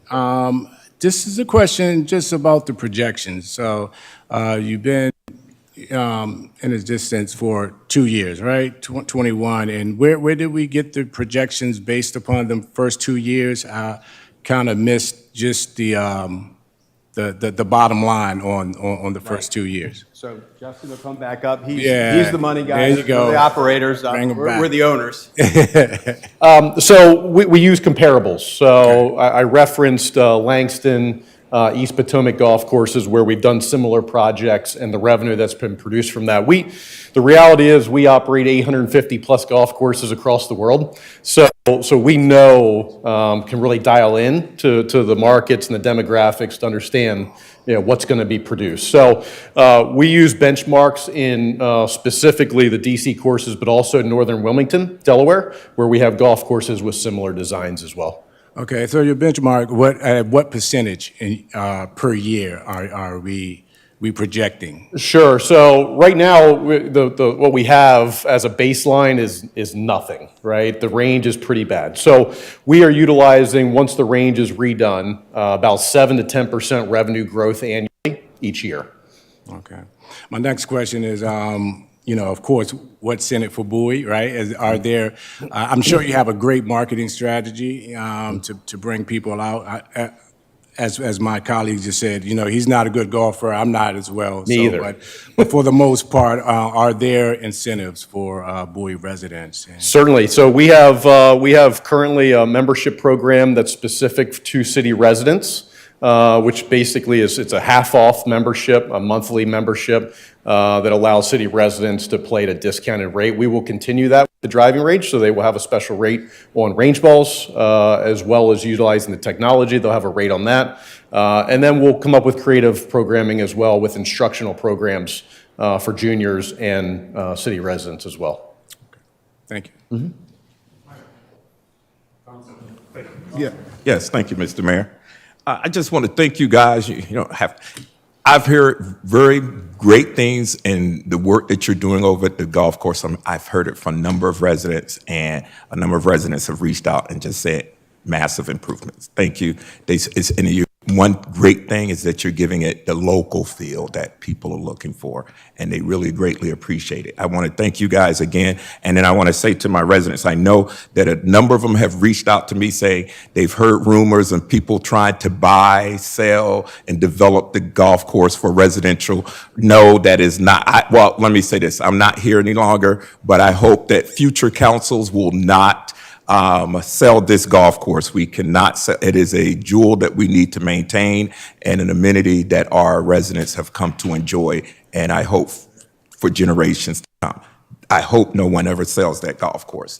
Thank you very much, gentlemen, for coming out. Great job. Thank you, Mr. Mayor. I had a question about permitting.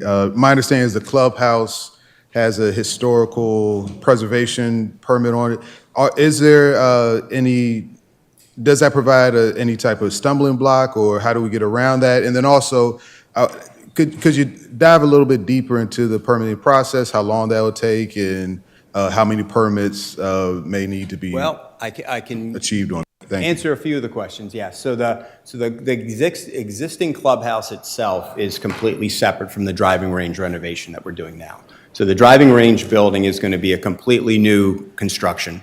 It does not address the clubhouse at this time.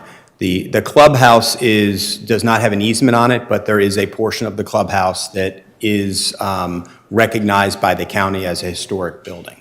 And that can be a challenge with what we could do with that when we choose to either renovate it or not do anything to it. But that is a separate project at the golf course that the city has not begun to look into. What we realized is that we've identified that potentially the cost to renovate the elements within the historic building at the clubhouse is where the restrooms were. There was no ability to rehabilitate or renovate those restrooms at all. Therefore, we took all of that the need, and we moved it to a new facility where we knew we can get restrooms in, we can get them billed to code, we can deal with it at a much lower cost than it would be if we were to try to work on rehabilitating a historic building just for restrooms. So as far as to address your question about permitting process, there's a number of processes we're going to have to go through. The architect's going to lead the charge on that, of course. There'll be natural resource inventories. We're going to have to go through stormwater management reviews, which are done on our side. But when we get into the county side of it, they're going to want to look at things like tree canopy. They're going to want to look at tree inventory, those types of things. That process has already started to begin preliminarily, but we really won't dive into that completely until probably about a month from now. And then we'll get a better handle on how the county is going to sort of look at this project. Thank you for that. And I'll just say I'm excited for where we're going with this. I look forward to playing golf there for the foreseeable future, for the next few decades of my life. Hear. Thank you. That's good to hear. Yeah. Super. All right. Well, thank you. We've had Any other questions, anyone? Mr. Mayor? Councilman Dufour? Yes, thank you. First of all, thank you, Matt, for all your good work and the entire team. I know it's been a labor of love as well for you guys, so thank you. And I know it's been much appreciated what we've done so far for the Corps. There's been a lot of positive feedback from the community, so kudos to everybody who's been working that project. I think this is a natural extension of that effort, so I'm well pleased to see that. Quick question on the architectural renderings. Are we too far along, or can we actually try and incorporate some of the design elements from the actual barns as opposed to just alluding to them? Do you think that's possible, or are we too far down the road?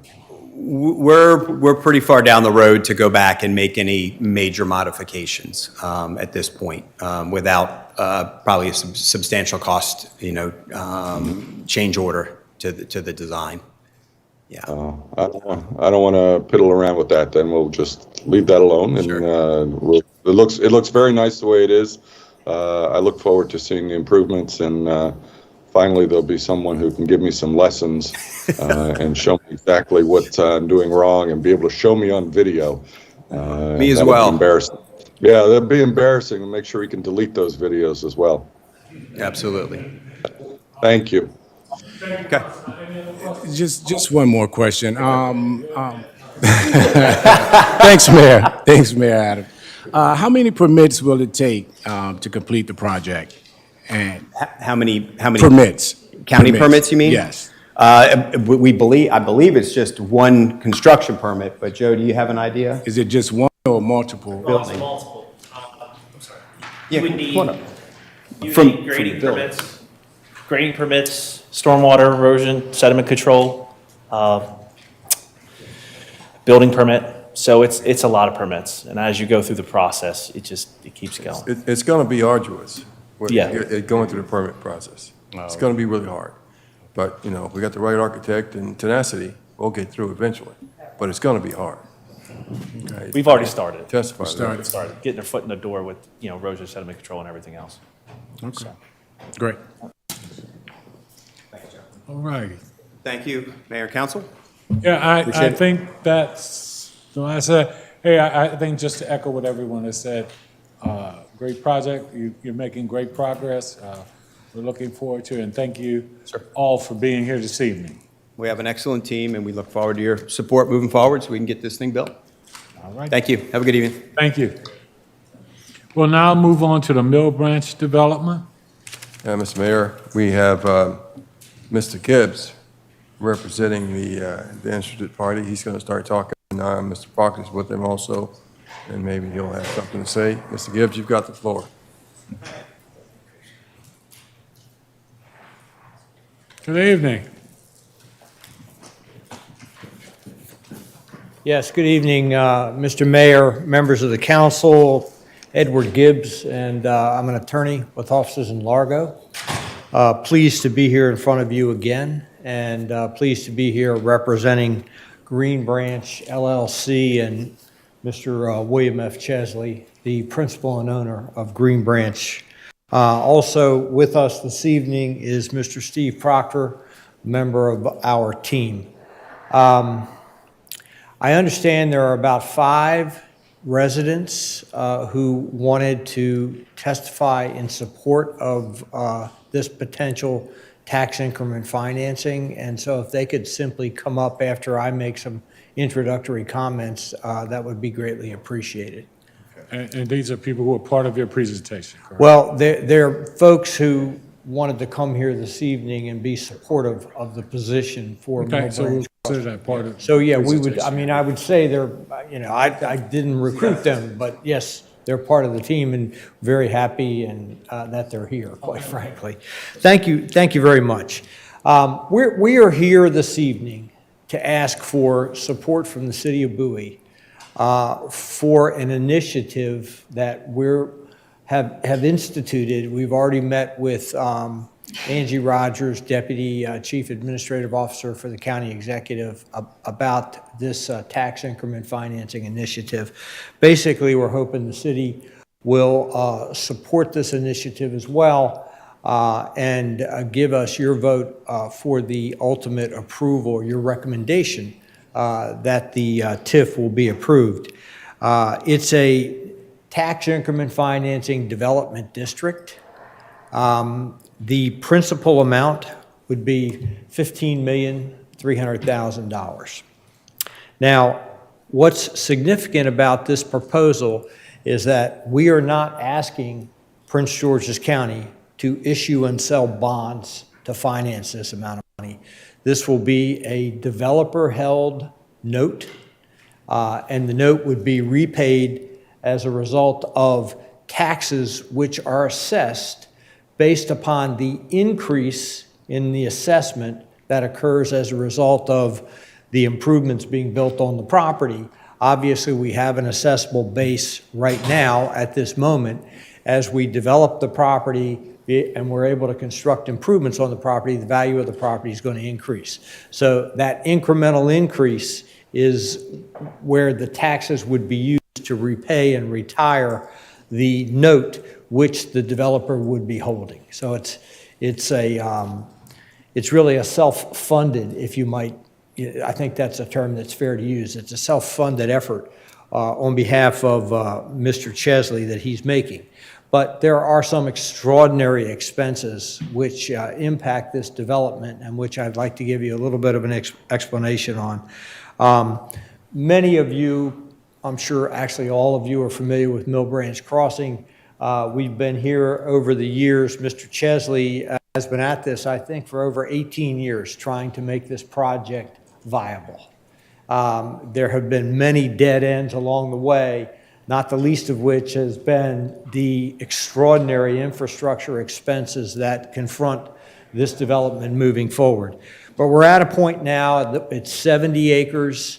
We have been through many iterations of entitlements, but more recently, a new preliminary subdivision plan and an overall detailed site plan for the residential component, but also including all of the infrastructure improvements that are needed for the project. So what we have is a development that can bring forward about 78,000 square feet of various commercial retail uses, a 150-room hotel, 408 residential multifamily units, and 190 residential townhouse units.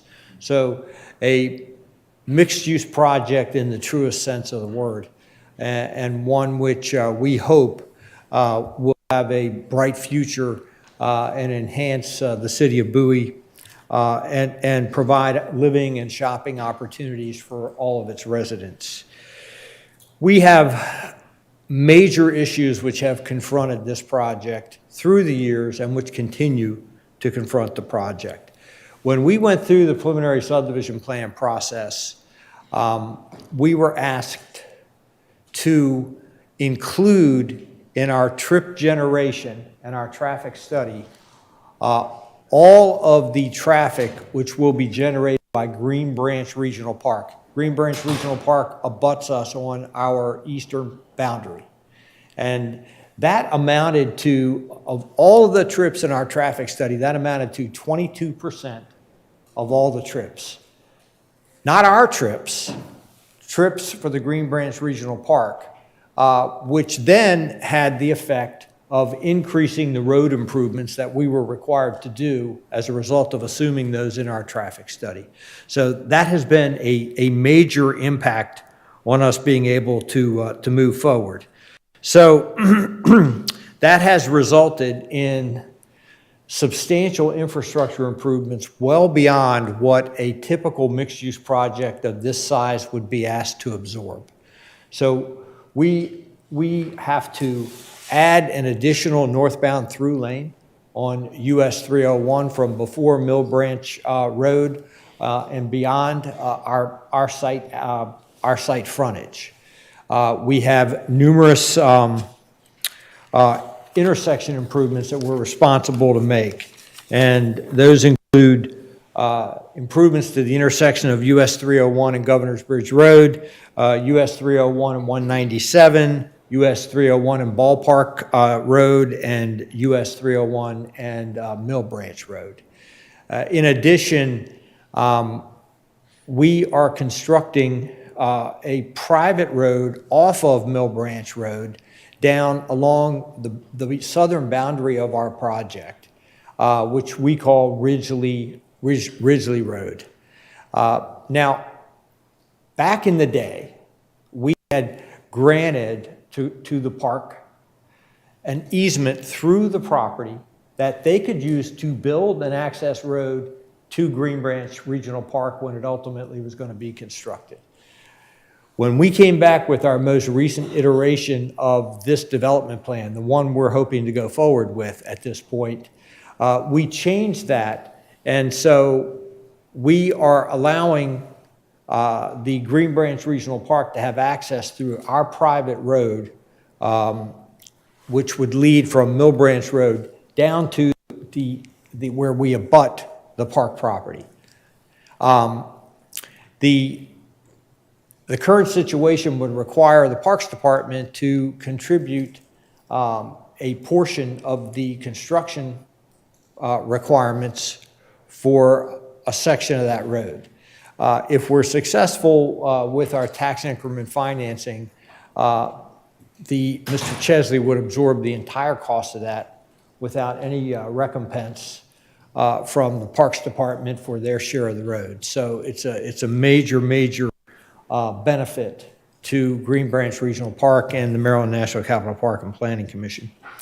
In addition to the access achievement, the Parks Department has come to us and said, can we connect to your water and sewer line to extend water and sewer into the park for public purposes? And Mr. Chesley is working with them to accommodate that request as well. The economic development benefits of this project are significant. We're going to have about 244 jobs that will be created These are full-time jobs, they're not just construction jobs. Construction jobs are more than that, over and above that. These are full-time permanent jobs. $37 million in revenue to the county over the next 15 years. 598 residential housing units for future residents of the city of Bowie. I can only emphasize in conclusion that, once again, you know, this project has been trying to move forward for 18 years. Mr. Chesley has diligently, assiduously, and loyally stayed the course to try and make this project a reality. We now have a development plan that is not just feasible, but is something that everybody's very excited about. And I'd just like to emphasize that, once again, you know, we have had financial analysis prepared by Municap, and the conclusion that they come to is that the outside infrastructure expenses are just much higher than what a normal project of this size would be asked to bear. And that's why we're asking for some help. But again, not help in the sense of asking the county to issue and sell bonds and give us money, but for Mr. Chesley to himself bear the note and ultimately get repaid by the increment in taxes that would occur as a result of the development. So I think from my perspective, I'm finished here with the initial introduction, and I'd be happy to answer any questions.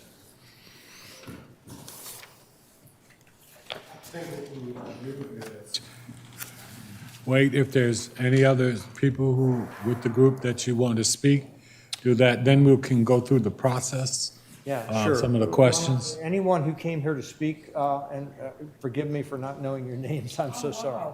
But please come up and just introduce yourselves one at a time.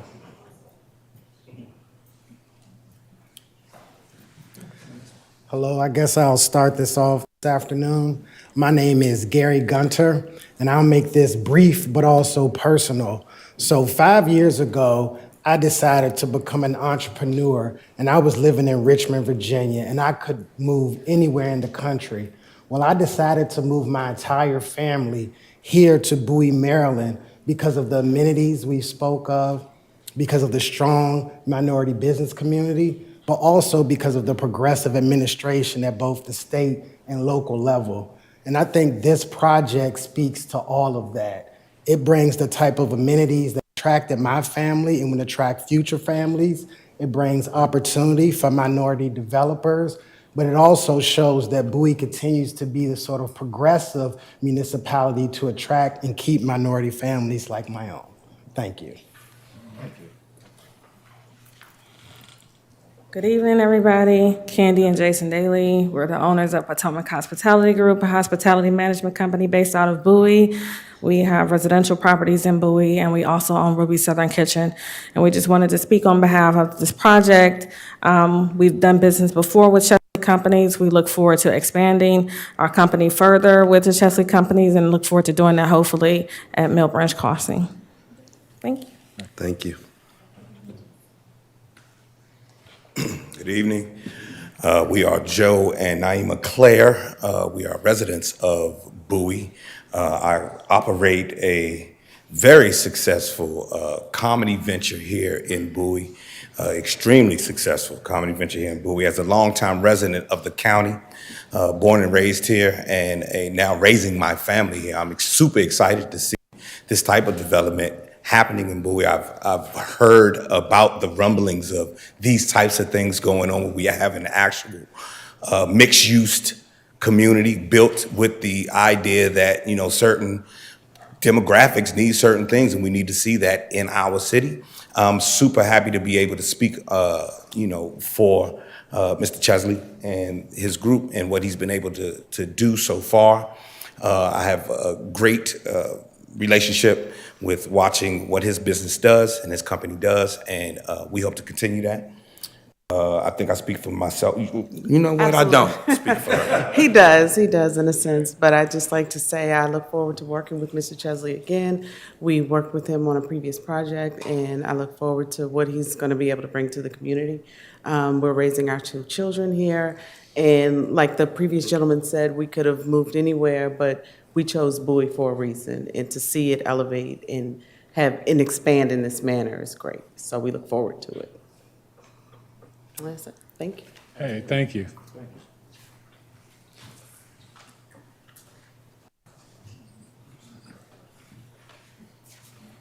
I think that's it, Mr. Mayor. Thank you. Okay, let me see if there are any questions from council members. Mr. Councilman Mayor. DeFore, will you, there you Yes. go, go ahead. Yes, thank you. Quick question. This TIF, is this going to be funded by city taxes or just county taxes? Yeah, I've asked my client that, and my understanding is it would be funded by county taxes, not city taxes. Okay, your understanding, but can we get a clarity on that? There's a big difference, of course. My client Chesley, can come up. My client can come up and make that affirmation himself. Okay. Good evening. Good evening, Mr. Mayor and Council. This would be only county taxes. This would not affect the city of Bowie. All right, thank you. I'll just make a couple of brief comments, and I'll take exception to some of the characterizations of the TIF. Notwithstanding the structure, it is not self-funding. The money is actually coming out of taxpayer coffers in the form of reduced tax revenues. And in this case, it's for the county, not for the city. So at least it's not money from our coffers. So it does have that going for it. That having been said, and it's Mox Nix, but my recollection was that the support for the parkland in the back was part and parcel of the approval for use of the project, or for the development project to go forward, that was one of the conditions. So certainly, I would expect that the developer would be paying for that. And I guess from the standpoint of my feeling on TIFs, in particular for green fields and using TIFs, I think that's a poor use of TIFs. I think they're really set up initially for use in blighted areas where we have difficult time for development. I don't think we have that here in our area. And I would say that the added expense is part of the burden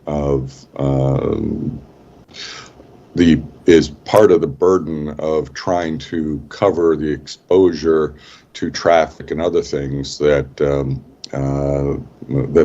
project puts on the community. That road is overburdened, and it certainly needs a lot more. Certainly, I'm not expecting the developer to make an entire repair to all of the problems on the Route 301 and 3 corridor, but the reality is corridor is so overburdened that we really can't afford additional traffic there. So I certainly understand the concerns on cost, but I think it's consistent with responsibilities. Thank you. Thank you, Councilman. Any other comments, questions? I do have a question. Yeah, go ahead. Yes, thank you. Councilman Gardner. Thank you, Mr. Mayor. I do have a question. Mr. Gibbs, if you would. You referenced that the part that's scheduled to go in behind the development. That's correct. Referenced that the developer has allowed the part to tie into your water. That we're in negotiations with the park right now for that very thing. Okay.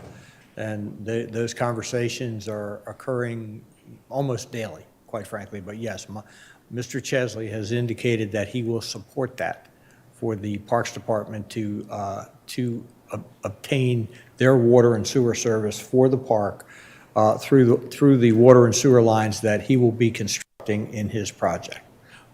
I don't know, I'm just asking. What would that cost be to the county if, in fact, that wasn't done by the developer? I'm just asking roughly. Do we have a rough? You know, the financial analyst, Municap, has a figure of $2.7 million tied into the extension of water and sewer lines. But forgive me, you know, I'm not a civil engineer, obviously, and so I don't have that number readily at my hand. Mr. Chesley, is that number correct? That's for the fall. Yeah. Okay. All right. And lastly, I just wanted to say I definitely recognize Mr. Chesley's efforts and things that he's done here within the community in the city of Bowie for a number of years. And I want to, say this is my last official meeting, but I thank you, Mr. Chesley, for being a great corporate partner. Outside of you, I would like to say Mr. Caruso had come into council meetings here, and I just want to say I thank you for being patient. 18 years, wow, that's quite a long time just to get a developed 18 years. God. Someone has to do something with our permitting process in the county. This is ridiculous. 18 years, that would definitely just have people moving on to other counties, and that being a problem why we can't get certain amenities here in our city or in our county because of the DPI and the permitting process. I'm sorry. Okay. We have District County Council Member Watson here, and she said they're working on it. Great to hear. I know you are. She's a trooper, and she's definitely works hard for the city of Bowie. I would ask that people in the audience please not, I'm just kidding. But I thank you, Mr. Gibbs, and I thank Mr. Chesley, and I thank everyone. I like the entire look and feel of this entire relationship. Thank you very much. Thank you. I'd like to go ahead and, Councilmember Ndababadu. So just a quick question. One, thank you so much for coming out tonight and bearing with us. I know it's 10 o'clock. Quick question. Can you speak to the what is the total number of off-site road intersection utility improvement that you're making as a part of this development? The road improvements alone are estimated at $7.2 million off-site. Okay, $7.2 million directly. correct. Okay, thank you, Mr. Mayor. That's my question. Okay, any other questions? Anyone? All right, I'd like to get a little bit. Mr. Chesley we talk about doing that, but it seems that, have we engaged other people in the community as part of this project? And so is there other support and other people engaged? And that was just a question of what I got the impression is that you've engaged and you've worked with a lot of people here in the city itself, and from hearing that. So that's all I was asking is that. Yes, we try to do that, and then we've had very good relationships with a lot of people within the city that are in business themselves. So I was surprised that a lot of them were here this late evening for you all, and I appreciate their testimony. I wasn't aware they were going to be here tonight, actually. No, but I'm just saying, so in general, though, I was giving you a chance to say how you've worked in the community, how you've been here, and I think that's something everybody needs to know as well. Okay, well, I've been working with the city of Bowie for almost 53 years now. During my term in business, I'll be the 54th year, not too far off. I've been involved in the boys clubs and the girls clubs and the soccer teams and the wrestling teams and the high school teams and the middle school teams when there were more of them. And I've been a part of this community. We've developed properties. We like to think everywhere we develop that we're doing something a little bit nicer than's been done before. That's not only in the city of Bowie, but throughout the area that we work in. We've made a lot of friends, a lot of relationships, and some of these nice people that took their evening to be here. I really am at awe that they did that for me tonight, and I appreciate it. I hope to continue to be a part of this community. My offices are only a few miles from here, And I appreciate your time this evening, and I hope that you'll see what we're trying to do and that there'll be a benefit to everyone involved in it. And we'll finally do some things to improve moving through Bowie during rush hour. Okay, thank you very much. Thank you, sir. I think as a council, did you have a question? Just before we move question. on? Go One ahead. question. Thank you so much. Councilman Truesdale, please go Thank you ahead. so much, Mayor. Is this TIF to widen 301? And Yes, we will do a through lane, a widening from 2 lanes to 3 lanes, starting south of Mill Branch Road in Excalibur, now, of course, our Mayor Robinson Road, and we'll go all the way up almost to Rips. There's a gas station just before Rips. We stopped just before that. So you will now have a through lane there. We have intersections that have been failing all along, 3 of them in a row. We will be making improvements to those intersections. New traffic lights will be widening Mill Branch Road at its intersection with 301 to 4 lanes, as it is on the west side of 301. So the traffic that is generated that creates the problems and the backups going through Bowie is not because of the projects in the city of Bowie or Prince George's County. They're from St. Mary's County and Charles County and Virginia commuting through our communities. It's not unusual, but that's why there's such a burden on these counties and us in this situation to try to make our communities work, and the need for pilots and TIFs and other things to make the economics of growth within our own community still work. The taxes that will help pay in part for these roads are taxes that the county would never receive if we didn't do the project. They would still stay at the base it is now. It is no cost to the county ultimately. We just build now, and a portion of those taxes over a period of years go back.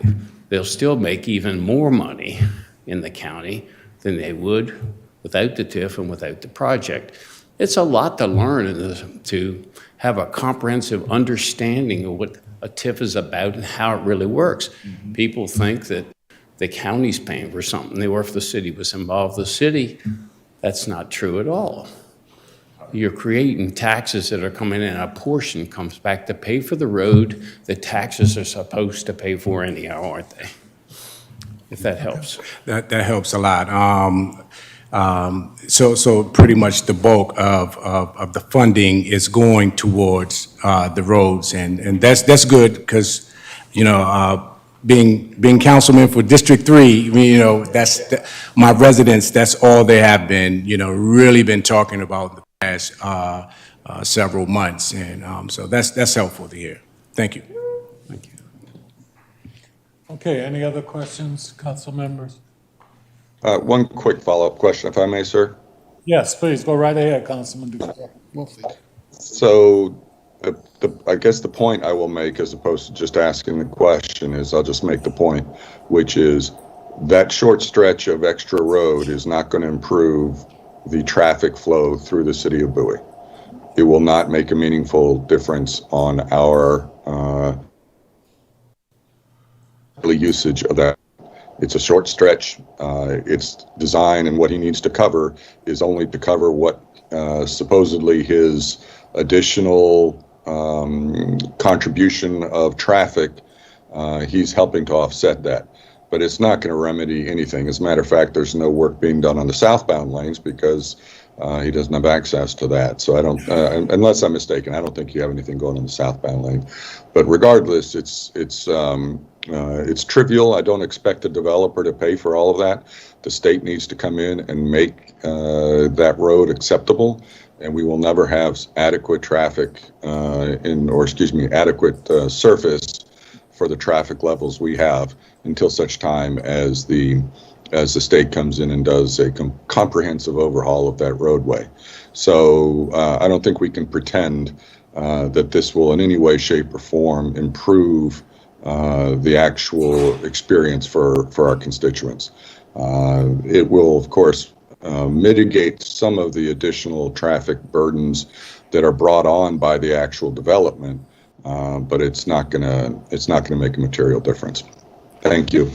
With all due Hey, respect. thank you, Councilman. You wanted to comment? I'm sorry. Did you want to comment? All I right, did, you okay? yes. May I go forward? Go ahead. With all due respect, Councilman, I disagree with your statements and your analogy, and so do the traffic engineers that approve these roads and our traffic engineers that design these roads. We are fixing intersections that are not working now, so they will work as of this project being completed, as well as the work that is being done for the traffic generated by the 300-acre park that we have supported all along the way, and they would have to pay for these roads if we weren't developing it too. So I don't know where you're getting the statistics or how you're analyzing it, but I assure you they're not accurate, and I'd be glad to sit with you and make things clearer for you. Thank you. Well, I certainly appreciate it. We can agree to disagree, but I can tell you from experience, we know from the development down at 214, that's not going to be fixed by this, and we know from the experience with all of the development we've had on that roadway so far, the real lived experiences of our constituents and the traffic that comes through. I wish that we could fix it all with 1 mile, 2 miles, or a mile and a half, or whatever it is of roadway. If that were the case, the state would have done it a long time ago. I think common sense tells you that it's not going to actually fix any problems. If it were, this would have been hot diggity dog. Heck, we could have paid it with the city. We would have taken care of it ourselves. It would be such a small burden, but it's clearly not. It's a regional problem, and a mile of road and minor improvements to the intersections. While I appreciate you're doing them, and that's part of the work that you do, part of the burden of development. But it's we just can't kid ourselves into thinking that this is a panacea for all of our traffic woes. All right, thank you, Councilman. Councilman Hawkins, did you have anything? Anybody, any other questions? Hearing none, thank you so very much. And so the question amongst us is whether or not we support a letter to the county for the TIF. And so I'd like to just get a general feel of how we look to do this and your thoughts. Yeah. Is there a motion required? Yes. Okay. Councilmember Hawkins, says he wants to. Yeah. Go ahead. Thank you, Mr. Mayor. I would like to make a motion that for City Council to direct staff to draft a letter of support for a TIF for the Mill Branch crossing project. I second. It's been moved and properly second. I think we had a lot of discussion already. Any discussion? I want to say. Here, yeah, discussion, go ahead. Yeah, thank you. A number of items came up tonight that when I would look out in the audience and see my friend Yolanda Muckle nod her head in support of certain things, and I just wanted to go on the record. I thank you again, Yolanda, for Ms. Muckle, pardon me, as chair of the EDC, as well as president of the Maryland Realtors Association. Maryland Realtors president, and I am the 2024 immediate former president. Okay. Wow. And she says that this project is a great project to have, and she says that she supports the TIF. Thank you, Ms. Monk. No, I just wanted to say. What was that? Not to put on the spot. Excuse me. Let us get back to the point. I'm not the expert, Mr. Mayor. Yeah, and let's get back to I do turn to the experts and those that are in that line of work. And Ms. Muckle, I just thank you again. We're doing discussion right now? And that was my part of my discussion. That was it. Thank you, Mr. Mayor. Thank you. Any other discussion? Hearing none, I'll call for the vote. All in favor, please respond with an aye. Aye. Opposed, same favor. Nay. The ayes have it. Thank you. Thank you. Have a good evening. We appreciate it. Thank you. Okay. Thank you. We'll now move forward to the Maryland 214 pedestrian overpass bridge presentation.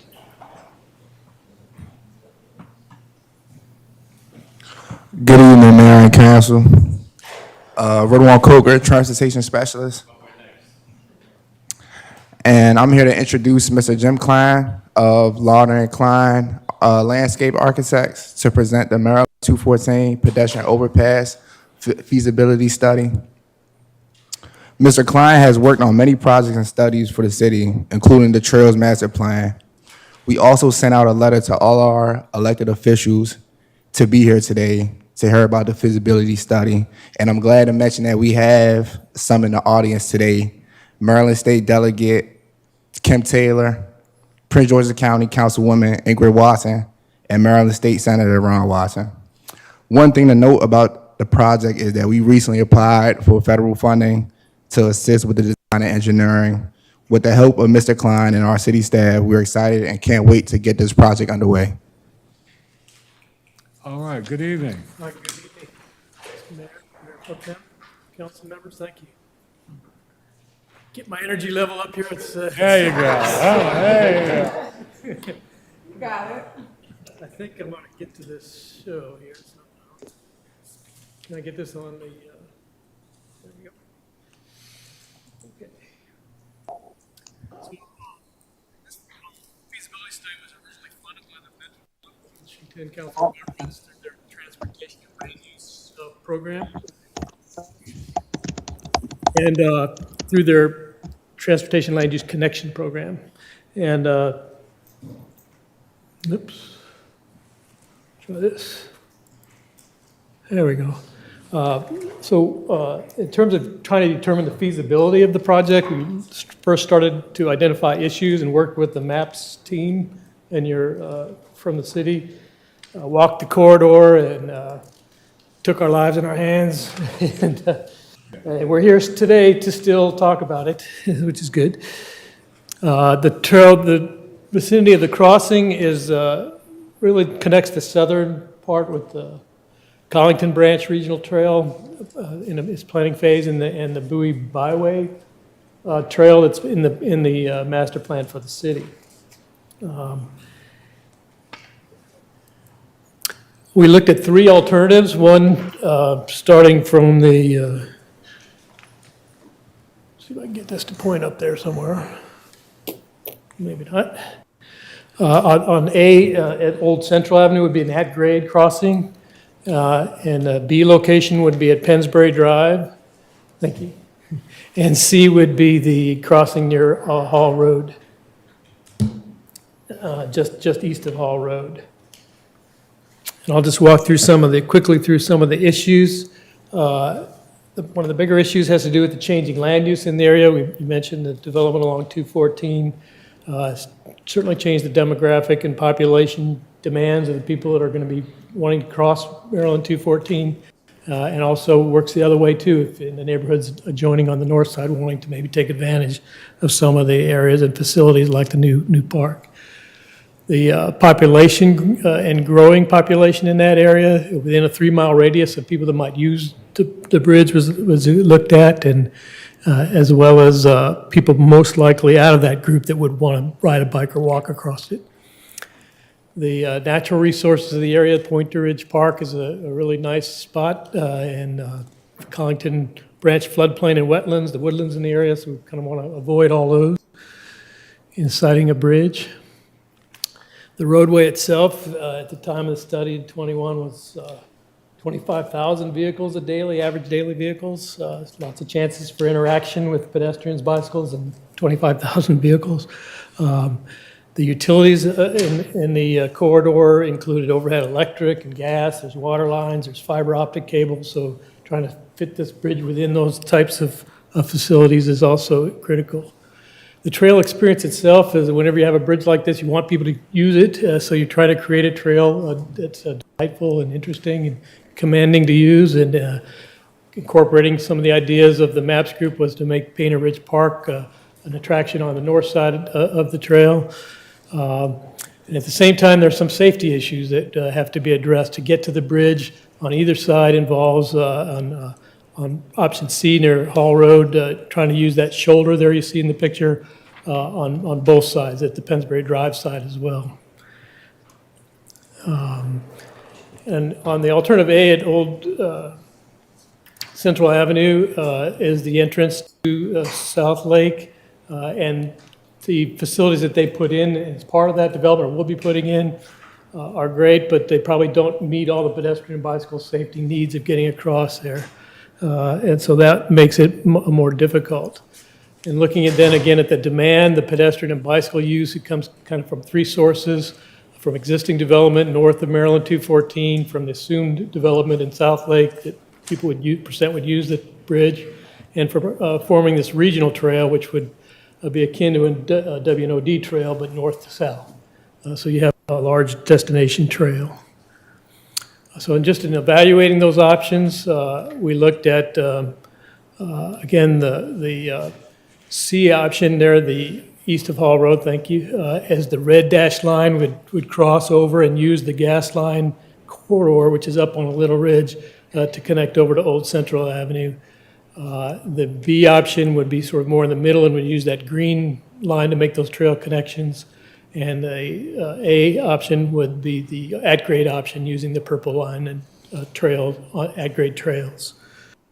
The type of bridge would either be one that has a central pier in the middle of 214, which could be done, but you have all that drainage in the highway in the middle and some other things, sight distances and crash issues with the median.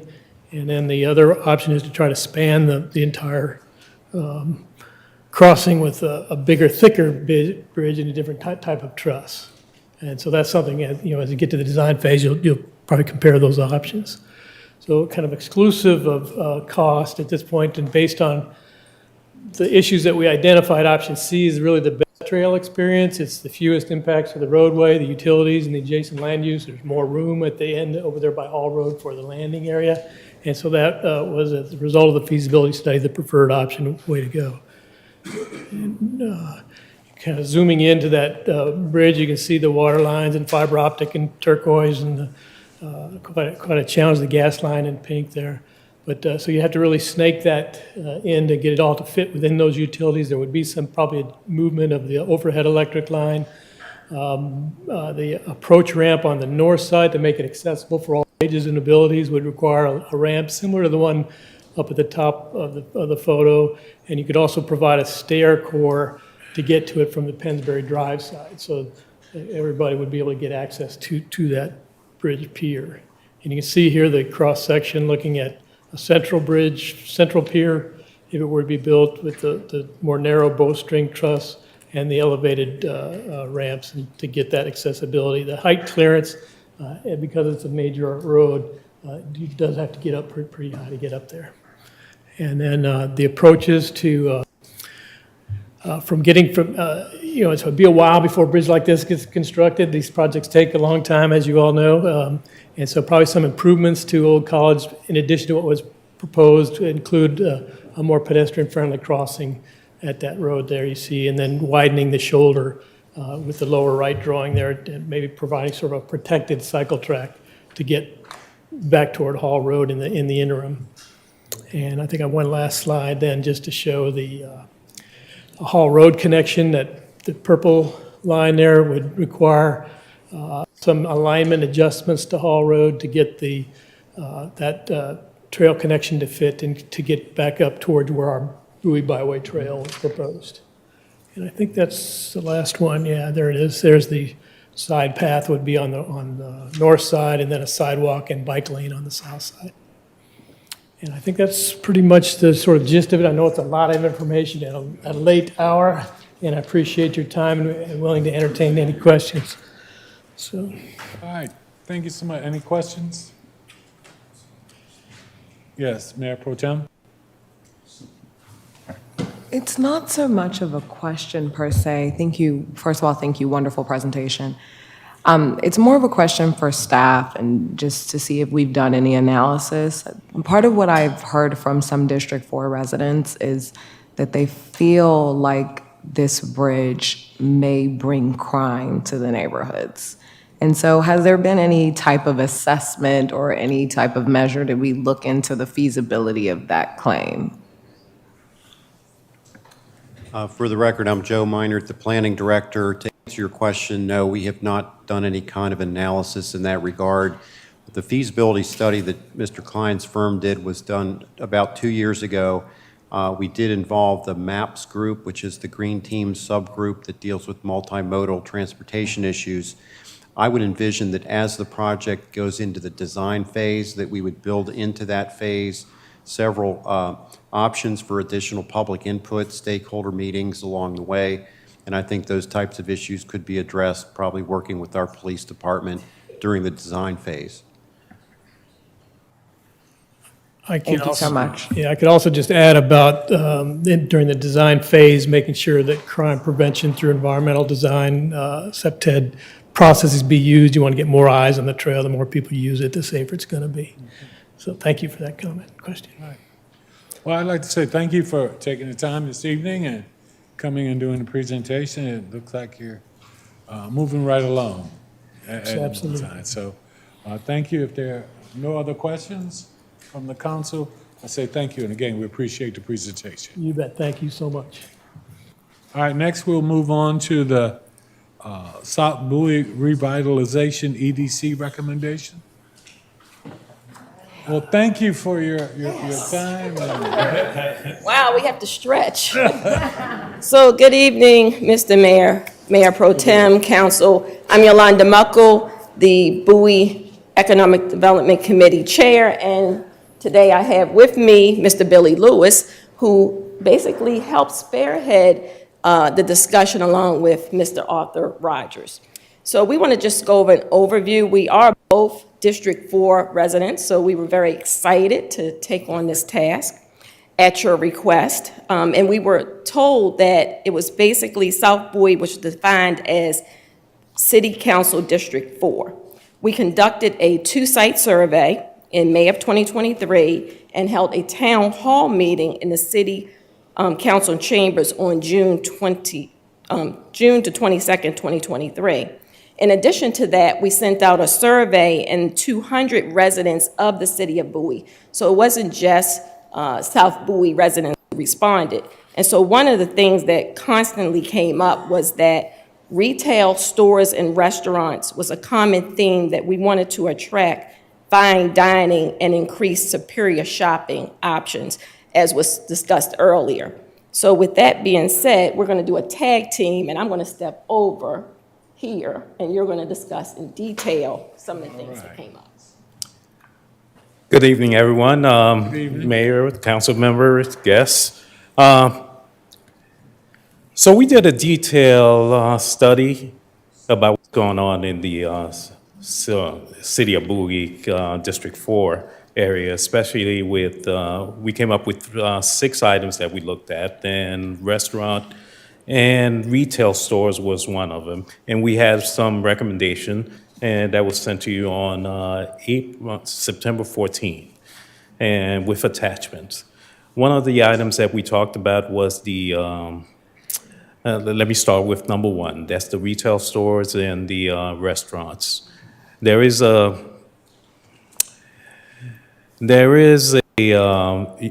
a great need within our residential area to improve the quality of dining, increase the dining with superior shopping options.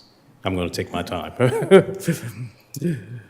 This was a recurring theme expressed by various citizens, especially here in the town hall meeting. We had a lively session. And we recognize that Bowie has demographics that's high income professionals, and the population is well educated, and we have a high population. And all we're asking for is dining and quality dining and shopping experience.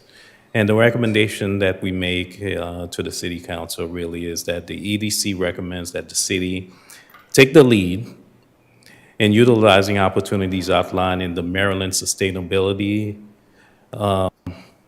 Act of 2020. And that is an attachment to the recommendation that we gave you back on September 14. All right, it is a strategy to attract, incorporate, and retain national brand store for a high-end shopping and restaurants. All right, the second recommendation that we made was to invest resources to the, provide resources to the Economic Development Office to market. We talked, I know our council lady talked about this earlier, to market and attract and promote the city of Bowie as a desirable retail location in collaboration with organizations such as the National Retail Federation and events, events that they sponsor. All right, the third recommendation that we ask is for the city to actually create a professional position that will act as a liaison between the city, businesses, and the county to promote predictability and efficiency in the permitting process. That's something else that was talked about today. So those are the three items, the recommendation for retail stores and restaurants. Okay. So next up, there was a lot of concern about the Pointer Ridge school closure. Apparently, there are people who feel as though, for whatever reason, that Pointer Ridge School is in jeopardy of being closed. So residents are passionate about preserving neighborhood schools, and they would like the city of Bowie to take appropriate measures to prevent the future closure of Pointer Ridge Elementary School by Prince George's public school system. There's no fact there, but they are just concerned about that. We talked about road improvements. That also came up as far as prioritizing transportation improvements and empower the city of Bowie Department of Planning and Sustainability and the Public Works Department to proactively communicate and collaborate with the Maryland Department of Transportation for expedited improvement and maintenance plan. We just talked about the fact that people are concerned with all of the development, that traffic is certainly a true issue. And a viable option for adoption of that would be the sustainable transportation, mobility policies, and initiatives. Next up is performing arts and entertainment. With the closure of the Regal Movie Theater, it's eliminating a number of choices. So it was good to hear as far as that Top Golf is something that, you know, we're looking at bringing into Bowie, because people are just concerned that there's just not enough arts and entertainment opportunities in South Bowie at this particular point. And they would like for us to develop automobile marketing, management, and enforcement strategies for all of the proposed performing arts and entertainment. And next up, and I'll hand it back to you, as far as the security and public safety. Sure. All right, so over 70% of the survey respondents, and we had quite a few respondents, okay, identify South Bowie as a safe community. However, they are concerned about petty crime. And we recommend, the EDC recommends that the city of Bowie Police Department continue to be visible in patrolling areas in the city to prevent loitering and petty crimes. Number two, the EDC advocates for the transparent search process for the next city police chief and recommends the involvement of businesses and community leaders in the search committee. And the third recommendation that we make to the city council is to recommend that city staff take the lead in requesting appropriate community investment resources from the Maryland Department of Housing and Community Development. And that goes back to the Sustainability Community Act of 2020 and other sources for enhancing developing and expanding healthy recreational activities, facilities such as park and playgrounds and location. Okay. Go ahead. Okay. So the City of Bowie Sustainability Plan Development, we're acknowledging the complexity of sustainability development, and it's recommended that the City of Bowie take an active role by allocating funds for securing a professional consultant who possesses the necessary professional expertise in this subject area. Additionally, subject area professional resources are available, and we've listed a number of them. Obviously, we understand that and recognize that expenditures for personnel or materials contained in this document are subject to the approval and funding by the City of Bowie through the budget process. So with that being said, we can open it up for questions that you may have. Well, first and foremost, thank you for taking on the task and giving us the feedback that you have. It's obvious you spent a lot of time and effort in putting this together, so thank you on that. At this time, are there any questions for any of the council members? Councilman Steph? I just want to say a big thank you for taking the time to do this. I had the opportunity to attend one of the stakeholders meetings where we had residents come, and I believe it was at that meeting they explicitly said, please mention Pointer Ridge Elementary. The members politely pushed back that that's not directly related to economic development, but I'm very glad that you included it anyway. Obviously, it's something that's important to the residents in that corridor. We've had a lot of discussions lately about economic development. We've had guest brokers, guest business owners. One of my colleagues organized a roundtable recently with a lot of the business community. Kind of some of the major themes that keep coming up in those conversations are that businesses follow customers, not the other way around. And that, you know, if you look at what most towns and cities are doing to attract the higher end restaurants and retail, there's no real alchemy to it. They're basically just promoting mixed use, luxury housing communities, and then kind of basically encouraging the customers that are going to be young, double incomed, no kids, high education to move in. And then on top of that, many communities are then spending economic development tax dollars on essentially programs to further entice businesses to come in. So like one of our neighboring towns in Prince George's County got the first Trader Joe's. They spent 12 years building 1,000 luxury apartment units along the Route 1 corridor, and then $750,000 in ARPA money, tax money, to bring in a Michelin-starred Japanese steakhouse, a breakfast nook, and Trader Joe's. So my sense is that's kind of the formula that we're facing right now. What's your perspective on that? I mean, am I completely off base here? No, actually, Councilman Estef, you're absolutely correct, especially in my role as real estate, you know, president of Maryland Realtors, I was president of Prince George's County. It's about rooftops.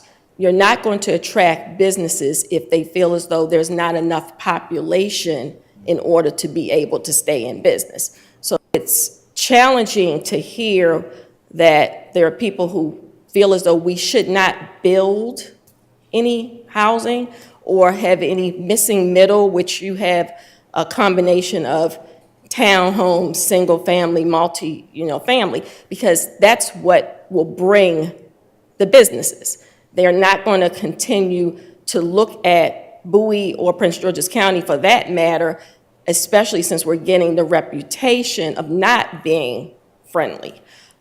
People are going down to Charles County, and that traffic is literally just coming right through us, but yet the people are moving down there. So you're absolutely correct in your observation.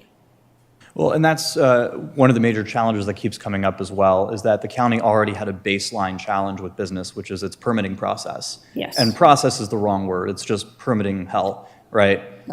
We hear consistently, right, from businesses who operate in multi-jurisdictions, multi-state, multi-county, that Prince George's is the worst. Not a bad one, the worst. And this has been a problem now for 30 years. I will say to their credit, I know we have a council member here and we have a couple of council members who have been doing really, really, really good work. I'll say a big thank you to Ingrid Watson. Every business that I've sent her that's had a permitting issue, every HOA, her staff has been on it. They've done a wonderful job.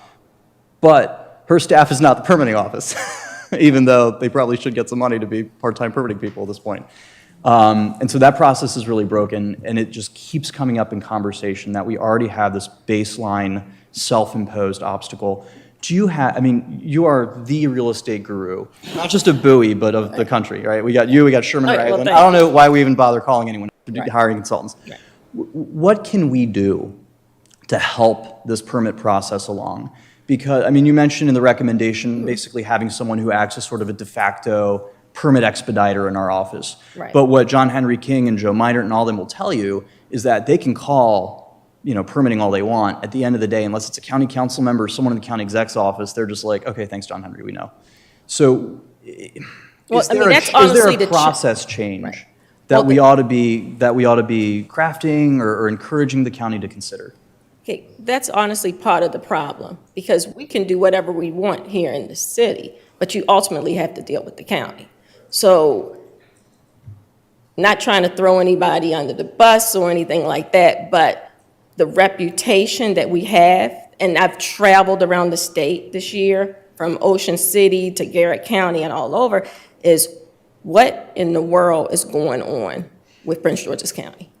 I mean, to a point that it's almost embarrassing to have to acknowledge the fact that this is the county in which I live, where they look at it as being dysfunctional, where you literally go to other places and you see, wow, how did that get developed so fast? But it takes 18 years for us. I mean, it does not make any sense. And I wish that I had a crystal ball, could figure it out, but it is a problem. And the problem is, if we don't fix it, we're gonna look up and see it's too late, because now we've just lost time and we've lost years, and everybody else is developing and we're just stuck. Yeah. So.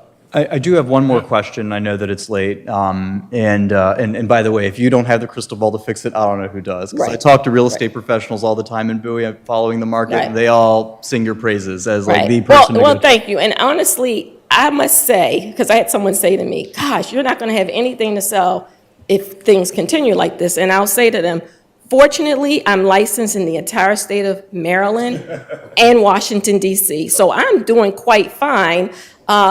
Whether I have to go to Brunswick, Maryland, or wherever, I'm still selling homes. Because if I was to rely on where I live, it would be a problem.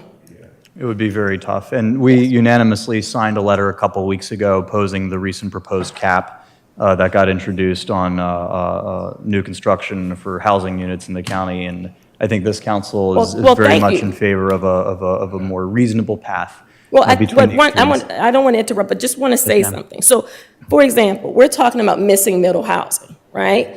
And if you're going to cap the permits, and if it's a multifamily unit and it has 200, it permits there. I mean, it's not like individual houses, okay? So I don't think people quite understand how that really would have a negative effect on the fact that we are in a housing crisis. I mean, no, we don't have people sleeping on the streets because we're not in, California, but we have a housing crisis. And we could be moving in that direction if we're not careful. I mean, new singles at Solella Bowie are going for 1.25 million, Fairway Estates 900,000. New houses in the market outside those communities, 700,000 tops. The townhomes are the only ones selling for close to $500,000 now. And Bowie, I just saw from the last development newsletter, is the top market for expensive townhomes. So I mean, it's getting tough out there. And sadly, if we don't course correct, we will be San Francisco one day, just without the Bay. So I appreciate your time tonight. I appreciate this You're feedback, welcome. and I hope we can continue this good dialogue. Thank you. Well, thank you very much, and I think we keep talking about permitting. Mayor Pro Tem? And I think before as well. Okay, Councilman before Wolfie, that you've been given, go ahead. Thank you, Mr. Mayor. Appreciate it. First of all, thank you, both of you, for coming in and all the good work that you've done and the insights that you provided us. One of the questions I have is, I guess it's kind of a piling on, if you will, on Councilman Estev's comments earlier, which is, I look at the developments that we do have, and I kind of do a crosswalk between what we're getting and what we'd like to have. In my mind, I look at Pike and Rose as an example of a quality, and that I think the entire community could just absolutely, support. I don't think anybody would disagree. It would be a great asset to the community. But instead, we're getting, I think, the kind of almost there, not quite there, because it's that whole mixed use concept, but we're turning it into, we're going to have some townhouses in the back or whatever, or apartments, and then in the front it's going to be retail. I mean, this other project that we were just looking at this evening, I think we're looking at a Popeyes, a Chipotle, a Dash Inn, discount tire place, something along those lines, all that kind of genre, which is not what people are looking for, but yet that's falling under the overarching, label of mixed use, when I think what people really would like is to see more of that Pike and Rose type of high-end mixed use. How do we get to that stage? How do we get to evolve our projects from, kind of these kind of almost there, not quite, kind of wannabes, to the actual real McCoy? Do you have any insights on how we can kind of step up that game? Well, I would say the presentation about the ICSC, that was excellent that you all went to Las Vegas, okay? So that is one step to actually go, hopefully have an appointment the next time, and actually, really, because if that was, you did well to basically cold call. But that would be what I would say we need to do. And basically, because some people, they don't know where Bowie is. Honestly, you say Bowie and they say Bowie, and you're like, no, it's Bowie, kind of thing.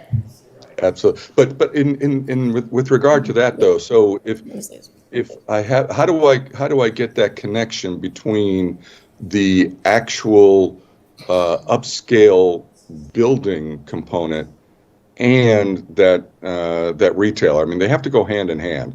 You got to have that truly high end, upper market type of residences, and the look and feel.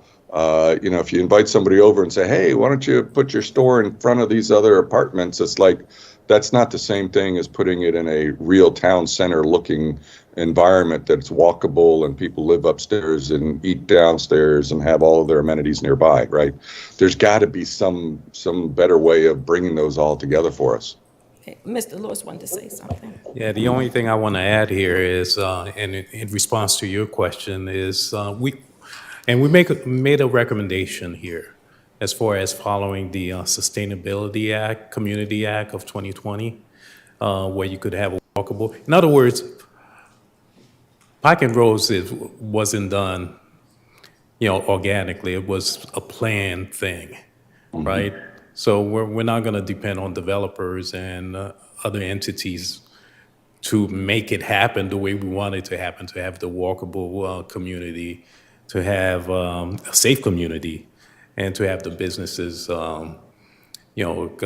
collected like Pike and Rose is. It's got to be planned, and the recommendations that we make here is what we suggest, just based on the feedback that we've gotten and the analysis that was done. That would be my recommendation, really, to follow a plan. And this, currently we're recommending that we follow the Sustainability Community Act of 2020. And I just wanted to add one thing too. I don't know if anybody's visited the town of Crown in Rockville, but those are luxury townhomes that are selling for well over $1 million some plus dollars. So when people say, oh, townhomes, it's like, wow, people actually are paying $1 million plus easily for a townhome, okay? So the South Lake, those are luxury townhomes, but I'm pretty sure nobody's going to want to pay $1 million plus. They're complaining about where are they selling them now for $600,000 or $700,000. But that's what people are looking at in other areas. I mean, even up in Frederick, for that matter, because I sell up there, they have 4-level townhomes selling for $800,000. Yeah, and I think that the distinction is that those townhomes for 600 that probably would get $1 million if they were sitting right in a quote true mixed use walkable community, because I think that even the housing community is separate from the retail community. I don't feel like it's just fully integrated. And I think it would be beneficial to everybody. I think you would have not just, they're not garbage houses. I mean, they're good quality houses of, townhomes. But other people from around the community are not going to go there like you do to a Pike and Rose, where people say, oh, I'm in the community and I will go there and I will enjoy that environment, that space, that whole effort to the space making and to, get some engagement with the community and cultural events and opportunities to walk about and socialize and do all of that. We don't get that. We're not going to get that out of South Lake, even though they're going to be, some nice houses and they're going to go for a pretty penny. Okay, thank you. Any other comments? Mayor Pro Tem? First of all, thank you so much. What a wonderful presentation, and thank you so much for stepping up and answering the call when we started this revitalization committee to really understand the needs of South Bowie and what we can do to make sure that that community feels more heard and has the amenities that reflect the lifestyle in which they want to live. So I really appreciate you doing the research. My first question to you, I only have two, Mr. Mayor, don't give me a side eye. My first question is, I was going through the documents and I saw a lot of Whole Foods. We really want Whole Foods. And so when you were meeting with the community and when they were expressing the types of stores that they want to see, was there a discussion on trade-offs that it would require to have some of these stores? Like, for example, Whole Foods has a very particular business model. They don't go anywhere that don't have immediate apartments either over top of it or right next to it. And so were those a part of the discussions to say, like, hey, you want some of these stores, these are the trade-offs in which their business models are in order for us to get them? All right. So we had several interfaces with the community. One here in during the town hall, and people were expressing a sense of frustration that they had to leave their community to go to Warchapel or elsewhere, Annapolis, et cetera, to get the amenities that they're looking for. So it wasn't a back and forth about the trade-off and what it would cost or anything like that. They just knew, as a resident here, I feel the same way. We just knew that something is amiss. We should be doing better.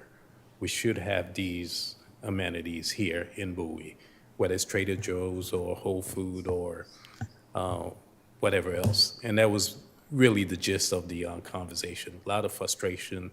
Why can't we have it? Because we, demographically, we meet the criteria. Really love the suggestions on the role and really look forward to where that discussion is going to go next budget cycle. That was a really great suggestion.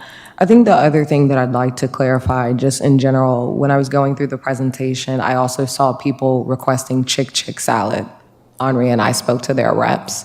They're a franchise model. They're looking at expansion into the East Coast. So essentially, we've connected them with the surrounding developments in which they could look at. When we talk about Sprouts is for Mill Branch. So no, it's not necessarily a rundown community with used tire shops. I think it will possibly be more than that and presents a lot more promise.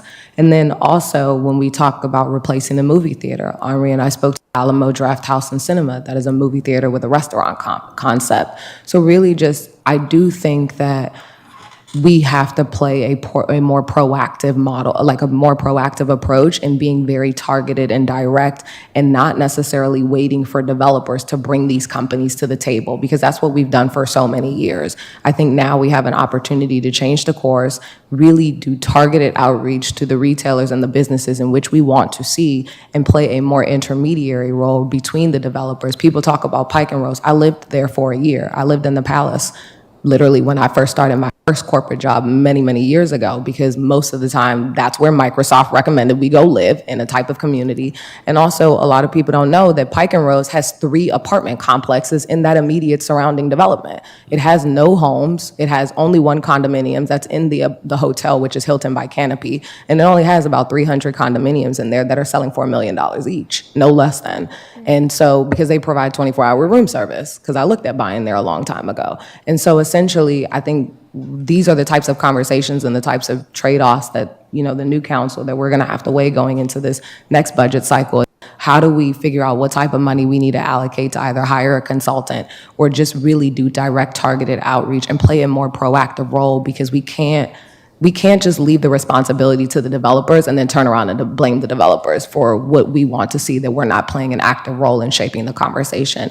And I also do think we have to give more credit to DPI, because I do think DPI is trying. I think they are trying to turn things around, and I know I echo the frustration and with the experience that people have with them, but I do think because they are trying to make a change and they are trying to be more forward-thinking and figure out how to streamline the process, I will give credit where credit is due and say that those changes are coming, and we just have to make sure that as we continue to recruit new businesses, we keep our county council member engaged in the conversation, we keep our General Assembly engaged in the conversation in any way they need to help us, support us in streamlining any type of process for any particular, I guess you would say, high propensity like business that we want to attract that's very close to coming here, that we just do that for right now until it gets to a place where we're much more happy with it. And so I just want to thank you for the presentation. They were great recommendations, and we just really appreciate your work. Thank you. Thank you. Okay, I think I hadn't had a chance to thank you myself for taking the time I had started in the presentation. I think one of the things that we also need to make sure that we vocalize and we put out is that we need to support the businesses that already exist within the city. Part of that is, as we continue to support them and look at them, then maybe we can garner even more competition, even within those businesses here. So I think one of the things that I appreciate what you're putting there and saying too is that we also need to look at how we can think out of the box. As you talked about that liaison to help with permitting and all those different things. We need to look at how do we support local businesses to start those restaurants that end up being those chains that other people want in their cities. True. And I think we need to make sure that we keep that in mind too as we go forward. But again, thank you. It's been a long night, but thank you so very much. Thank you. Thank you. Thanks. Mr. Mayor, attached to the presentation was a request from staff for instructions. Could we perhaps direct staff to come back to us at our first meeting in December, specifically to discuss the Maryland Sustainable Communities Act of 2020 and see maybe where our planning policies could be adjusted to better conform to those recommendations? Okay. Yeah, that's fine. Okay. Staff? Thanks. Okay. Thank you. All right, next up, the police department update. I would like to let everybody know a part of why we did some modifications to the agenda in the beginning is because we saw it was going to be very long. And so one of the things we were going to talk about was the traffic calming policy and all. But one of the things we know that it may be good to have that after we hear from the police and get that update on the status of the various matters in the police department and the automated speed enforcement pilot. So I'll give it to you, Chief. Thank you, Mr. Mayor, and good evening to members of the City Council. What we wanted to do is to talk specifically about the expansion of Maryland Transportation Article 21809, which deals with automated speed enforcement within the state of Maryland. Their law was expanded to include residential areas where the posted speed limit is 35 miles per hour or less. We've expanded our automated speed enforcement program to evaluate 21 additional locations within the city where that we can expand to residential camera usage. And we're set forth to start that program on November 1st upon approval of the locations that have been provided to you all for approval. That is the first step according to the Section 14.7B of the city code, which requires approval of the city council for those locations to be enacted. And upon approval, we can start the 30-day warning period of issuing warnings in those residential locations. We eventually will have 12 speed cameras throughout the city, and that includes the 8 existing cameras that are within the school zones. Additional 4 cameras will be online within the next 30 days to give us an additional, a total of 12 cameras. Some of the existing school zones will also serve as residential zones. So those zones will go from operating from 6 a.m. until 8 p.m. and they will go to a 24 hours a day, 7 day a week, even in some of the school zones because they exist within the residential zone. So that list is before you, and if there are any questions about any of the locations, I'll be happy to answer.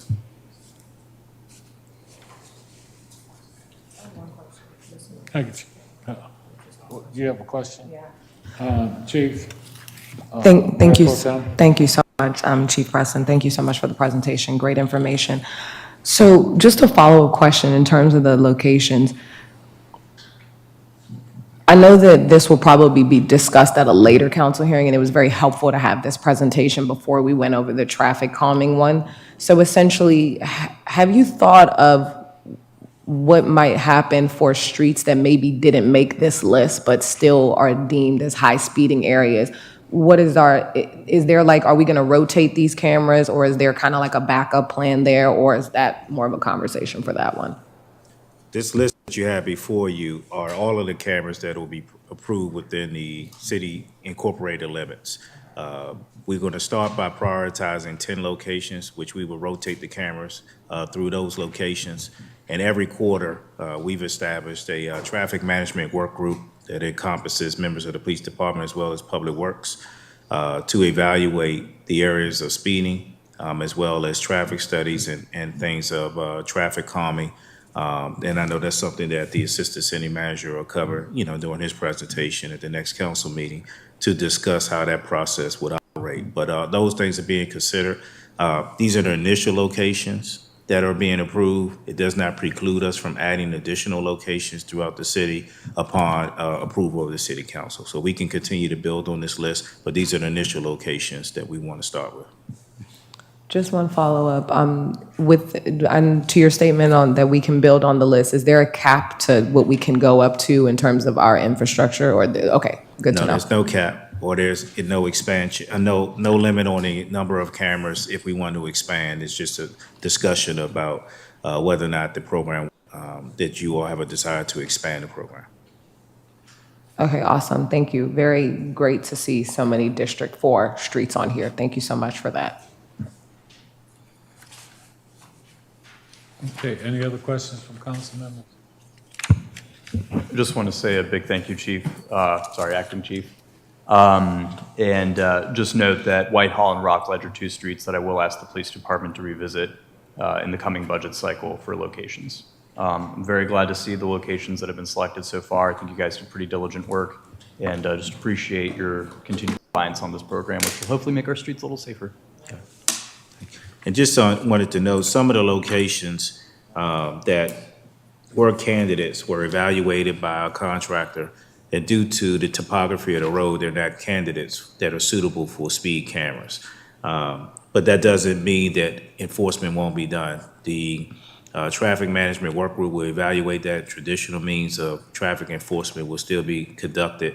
We're doing actually specific assignments for speed enforcement are given to patrol officers based upon the studies of those roadways that have been conducted, broken down by day of the week and time of the day where speeding is most prevalent. And that is those assignments are given based upon those timeframes that are shared so that we're being more efficient with the deployment of the resources that we have. Mr. Mayor. Thank you, Chief. I just have a... Go ahead, Councilmember Gardner. Oh, Councilmember Wolfley? No, that's all right. Go ahead. Oh, thank you, Councilmember Wolfley. I just wanted to say to former Deputy Chief, currently Acting Chief of Police, Preston, and Jefferson there, I wanted to say thank you both. I wanted to stress this to our residents here in the city of Bowie about the speed camera program, because I've been out talking to a number of residents, and so many believe that it is a revenue driver for the city. It is not, and I stress to them. It is a program that is designed to calm speed, to calm the brain drivers down, and oftentimes if it's your pockets are affected, then you will be a little bit more aware of what's going on. This program has been in the city of Bowie, I believe, right around the time that I came on the council, and we've had a number of different vendors that were servicing that. I think we do it now internally, correct? We have a vendor, Conduit is the contractor that we utilize that administers our speed camera program. Okay. And do you still see that it is a useful, necessary program? We do, and it's proven to be effective in the school zones. We evaluate each location in terms of the performance data that's associated with those locations. And based upon that, that's how we determine which cameras we can repurpose for other locations. It's obviously shown that it has improved and changed driver behavior in those particular areas, which is effective. The strategy that we utilize, we have far more locations identified, but we don't have a camera necessarily in every location. But when those cameras are present, it's not something that would be known to anyone. So it has changed behavior, and that's what we expect to happen with the residential areas also. That's exactly what we want to do, is to change behavior, make the roads safe for all that come into Bowie. I want to ask you this, because I know the law is a little different in some jurisdictions or across the country. In the state of Maryland, and I want to, because we do follow the state's law with our speed camera program, correct? That's correct. Okay. In the state of Maryland, does the state law specifies that they have to be near schools? Well, this law expanded that. So formerly, it was only within school zones where speed cameras were permitted. When the law was changed, it expanded it to what they define as residential areas, which now allow us to put them on any residential area where the posted speed limit does not exceed 35 miles per hour. That is the expansion, and that's how we're expanding the program. Okay. Do you see where they may become mobile, or let's say to where you're able to change locations?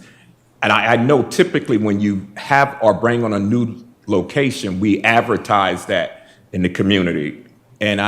So I'm asking, will you have the flexibility of moving the equipment to other locations throughout the city to work on calming traffic?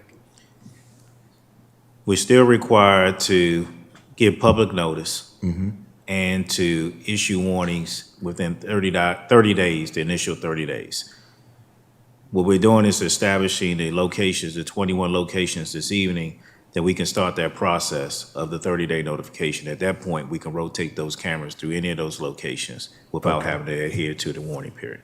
And all 21 locations, the community will be aware, because the city would have advertised where they are, and residents should be, basically, residents will become aware of where these cameras are, and they should be acting accordingly. Now, what I'm saying is that I know this is not a revenue driver for the city, as I stress to many of our residents that this is a traffic safety, speed safety program. And that's correct. And our goal is to educate and change behavior. And so what we do is we ensure that the public is given ample opportunity to know about the camera, and the fact that it's present for 30 days. It issues warnings only for the first 30 days. It's after the 30-day period, then it will be subject to citations being issued at that point. So, for 30 days of warnings, and then from there it goes to paid citations. And I would just like to see city advertise this and stress to the residents that it is a speed safety program, because so many think of it, they have it in mind that we're just doing this to raise funds for whatever reason. That's what they think. But thank you, Deputy Chief, and thank you, staff. If you could, when you advertise it and send out notices, Just let the residents be aware that it is just that, a speed safety program. Thank you. Thank you all. Thank you, Councilman. Chief, I think we. Mr. Mayor. I'm sorry, Mayor. Councilman Wolfie, go ahead, please. Thank you very much, Mr. Mayor. Appreciate it. And Chief, I want to say a big thank you. As you know, I've been harping on this for quite some time. I was ecstatic when we were finally able to get the expanded legislation. There was a lot of effort engaged in that as well. And to your good offices for getting the new contract in place. I'm glad to see we have the 21 different locations. That's news, and the sooner we can get these announced to people, the better off we'll be. And I just can't thank you enough. It continues to be an ongoing issue for everybody in the community that I speak to is concerned about public safety, and traffic is top of the list. So thank you very much for having this get along so far here. It's been actually fantastic. Now, a couple comments I want to make to reiterate Councilman, my colleague's comment about this not being a revenue generator, and your comments, Chief, about changing in behavior.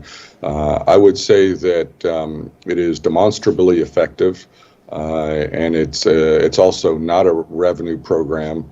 And in fact, I think you can say it's been successful because our revenues have been going down, which means that people's behavior is changing. So it's having the intended effect. And I think that it's absolutely fantastic that we're seeing that in the uses that were associated with the schools. And I'm anticipating we'll get the same sort of change in behavior in these other locations as well. So that's really good news. And again, thank you for Yeoman's work on this. Thank you. Okay, I think that's it. Chief, I'd just like to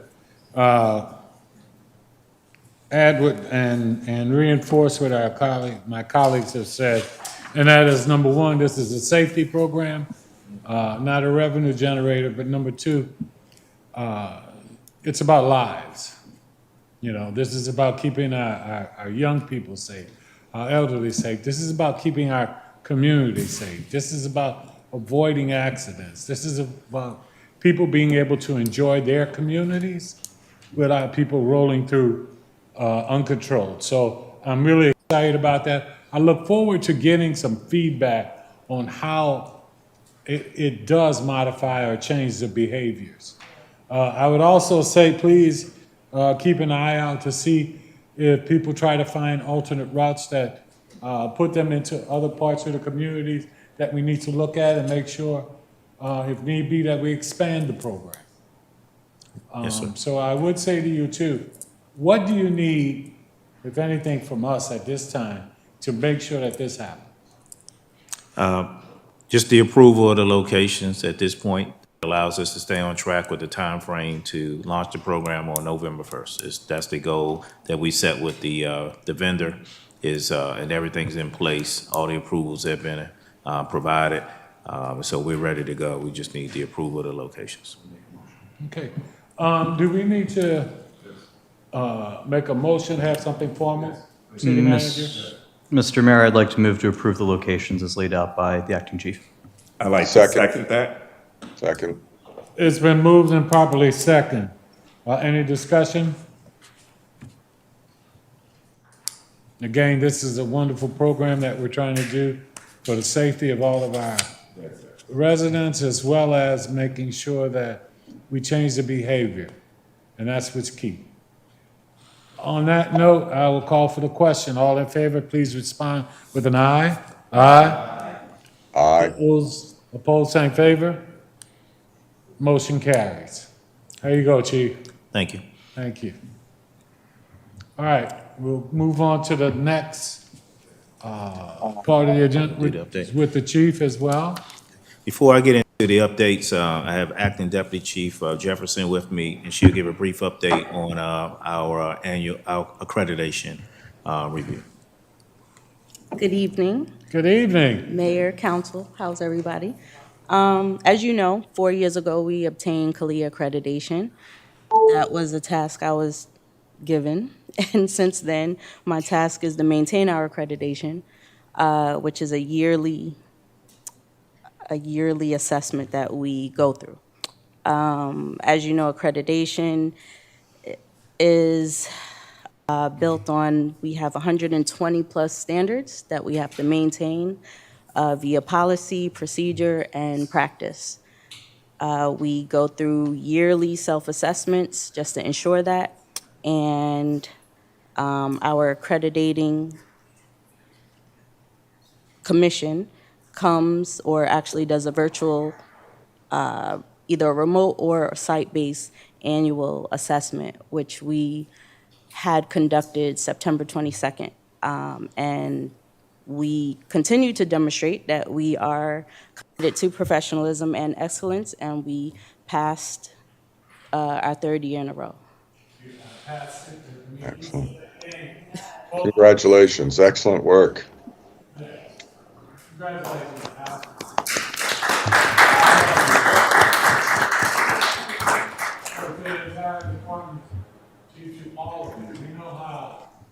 Difficult and how many standards they are.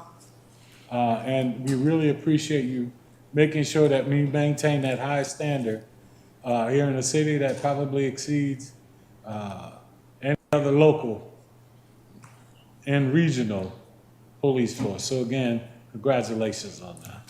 We appreciate that support, and I do want to publicly acknowledge the efforts by the acting deputy chief. She oversees that program, and there's a lot of work that goes into that to make sure that we maintain those standards. So we appreciate that.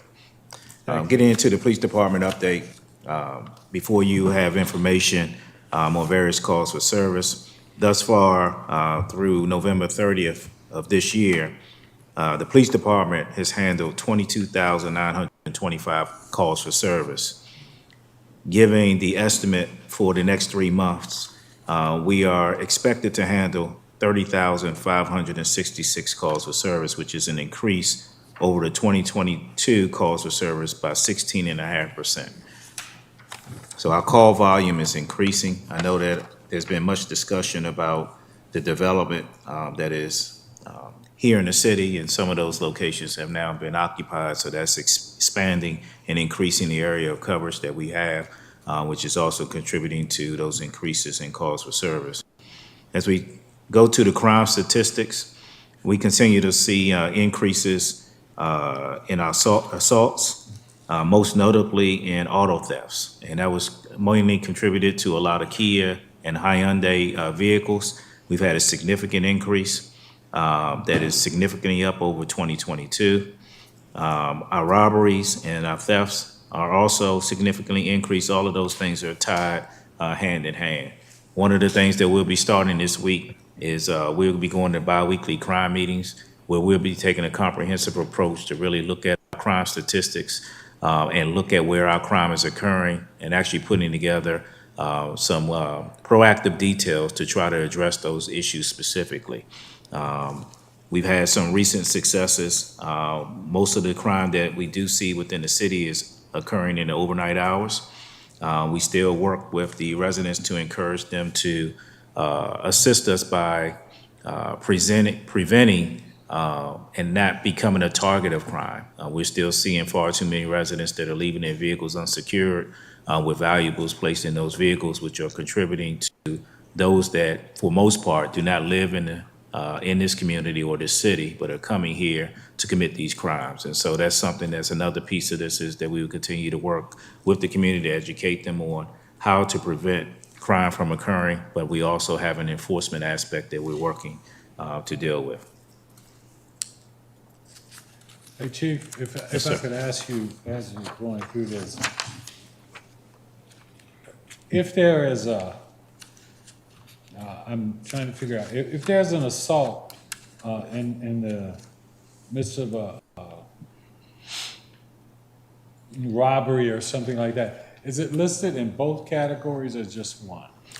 So it's listed, so as it's reported, it can be multiple, crime types in one incident. So it depends on the nature of it, but the primary charge could be a robbery, but there was an assault associated with that, then it also is reported as an assault also. So it could be one incident that has multiple. That's correct. Okay, okay. Thank you. As we continue, our investigators handled a total of 347 crimes that were assigned, which out of those cases that had actionable leads where we assigned for further and follow-up investigation,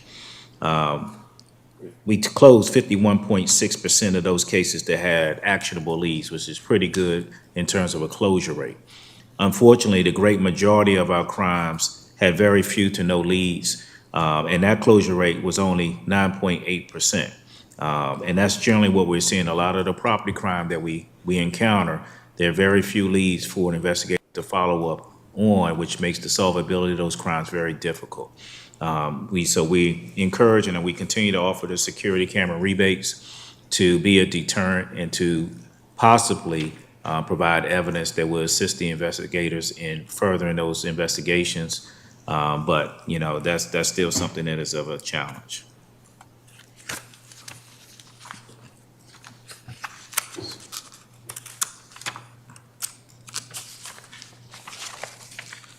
Our community services unit, they handle all of our public community events, do a yeoman's job of handling all our homeowners association meetings, all of our various community events. They also cover patrol where we have training for patrol officers, so they provide the patrol coverage and service during that time period. So they've done numerous events throughout the year. You know, most of the annual events like National Night Out, Shop with a Cop, and all of the events that we do throughout the year. So they've been instrumental and very busy, you know, with doing all those kind of different things. We still man the Community Information Center at Bowie Town Center. We also did a club giveaway where we received a donation of clubs from that we were able to distribute to city residents to help prevent the issue of auto theft. And so they continue to do a large amount of that work. Our traffic safety unit, we had 421 automobile accidents that occurred from January through August of this year. Of those, we had 65 resulted in injury. We had 0 fatalities, which is, you know, a good number to report. But of the 421 accidents, 130 were hit and run accidents. The majority of the crashes did occur between 12 noon and 11 p.m. And the most prevalent day of the week was Saturday, was the highest day of the week, highest incident of accidents. Our traffic enforcement data, we had 1,522 traffic stops. We still issue far more warnings than we do citations. We issued 1,798 warnings versus 659 citations. Again, that is in line with, it's not our intent to be punitive, it's our intent to correct behavior while we're enforcing the traffic safety laws within the city. And we want to make sure that our roadways are safe, and we do that by trying to correct behavior. Our training section, you know, we have only 2 people assigned to our training section, Sergeant Wall, who's here this evening, and Corporal Welsh. They did over 260 hours of firearms training for all of the men and women of the police department, an additional 1,684 training hours with in-service training and all those things to keep the officers in line with the certification, as well as our STAR team, which did 112 hours of training and also deployments for various events, Memorial Day Parade, Bowie Fest, the actual of us conducting active threat exercises and all those other type of events that they support. Staffing issues, we are authorized for 67 sworn officers. We currently have 57, but we're losing one of the members of our command staff. Lieutenant Joseph Rose was offered a position as the deputy chief in Austin, Texas, so he will be retiring and relocating to Austin, Texas. That is a huge blow to our command staff, as he was the acting captain. But it also does speak volumes to the professionalism of the command staff we have, that they are attractive and are being pursued. We do have 2 officers that we've hired to do administrative duties, so 2 recruit officers. They are waiting to go into the next police academy through Prince George's County, which starts November 27th. We anticipate 2 additional recruits to join them, so we have a total of 4 that will be entering the academy on November 27th. But, you know, we still have, that's a process. The academy generally runs between 7 and 8 months, and then the additional training time once they graduate from the police academy. So generally, it's about a year's amount of time before those officers actually add to the complement of helping us on a day-to-day basis. We're working on our recruiting efforts and increasing our visibility. We're working on recruitment video, and we continue to publicize the incentives that we have. At all of the community meetings and all of the different college fairs and things of that sort that we attend. But that's something that we're continuing to evaluate and continue to pursue viable candidates.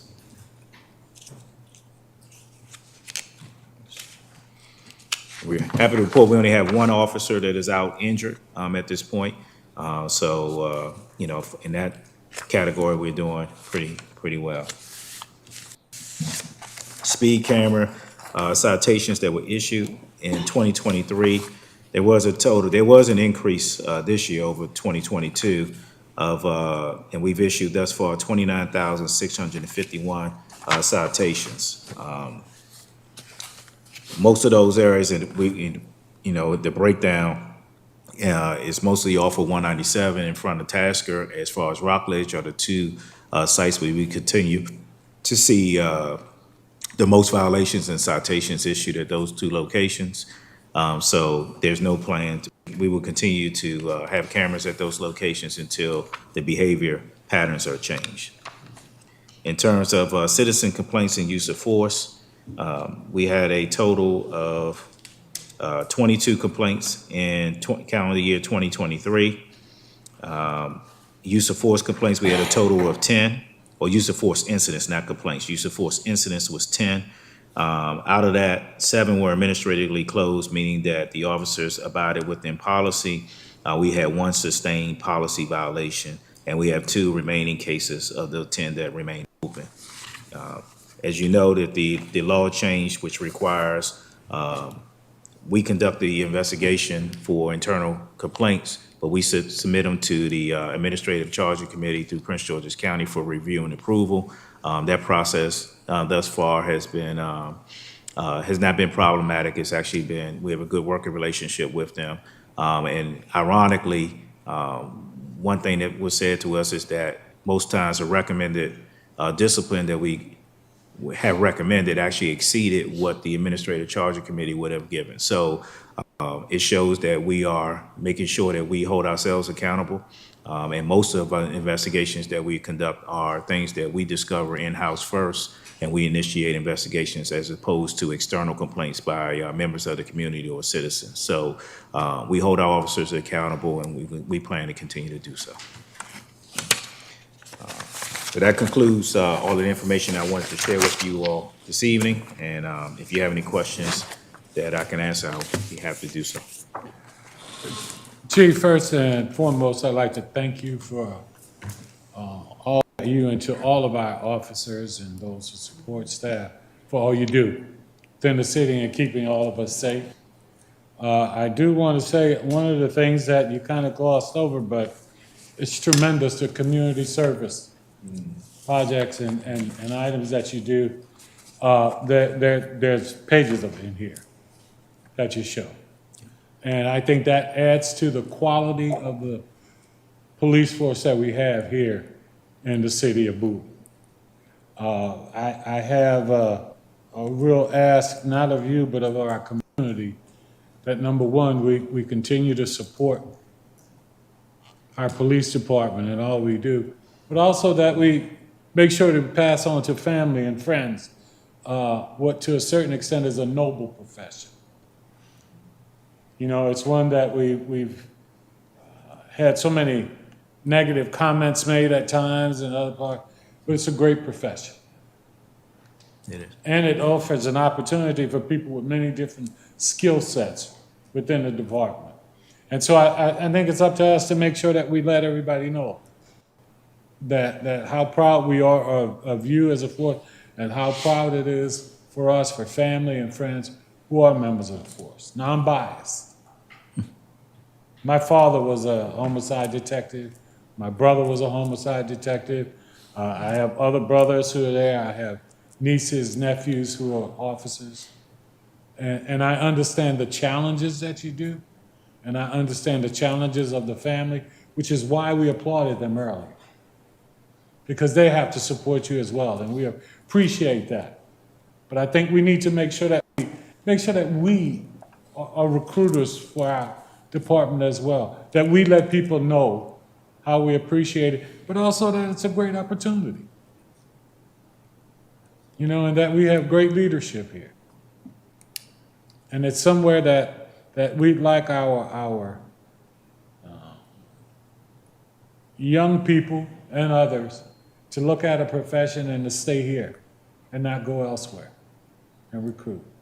So Chief, I only have one question for you, even though we have that, and that is, will there be Shop with a Cop this year? Yes, and so we're in the process now of planning for Shop with a Cop. And we are looking for, anyone that would like to help support that worthy cause, that, we have put out information on our website, where you can make donations to support that program. It's one of the most fulfilling events that we do in the course of the year, and something that we look forward to doing every year. Yeah. And I can say from having experienced what you do, it's amazing.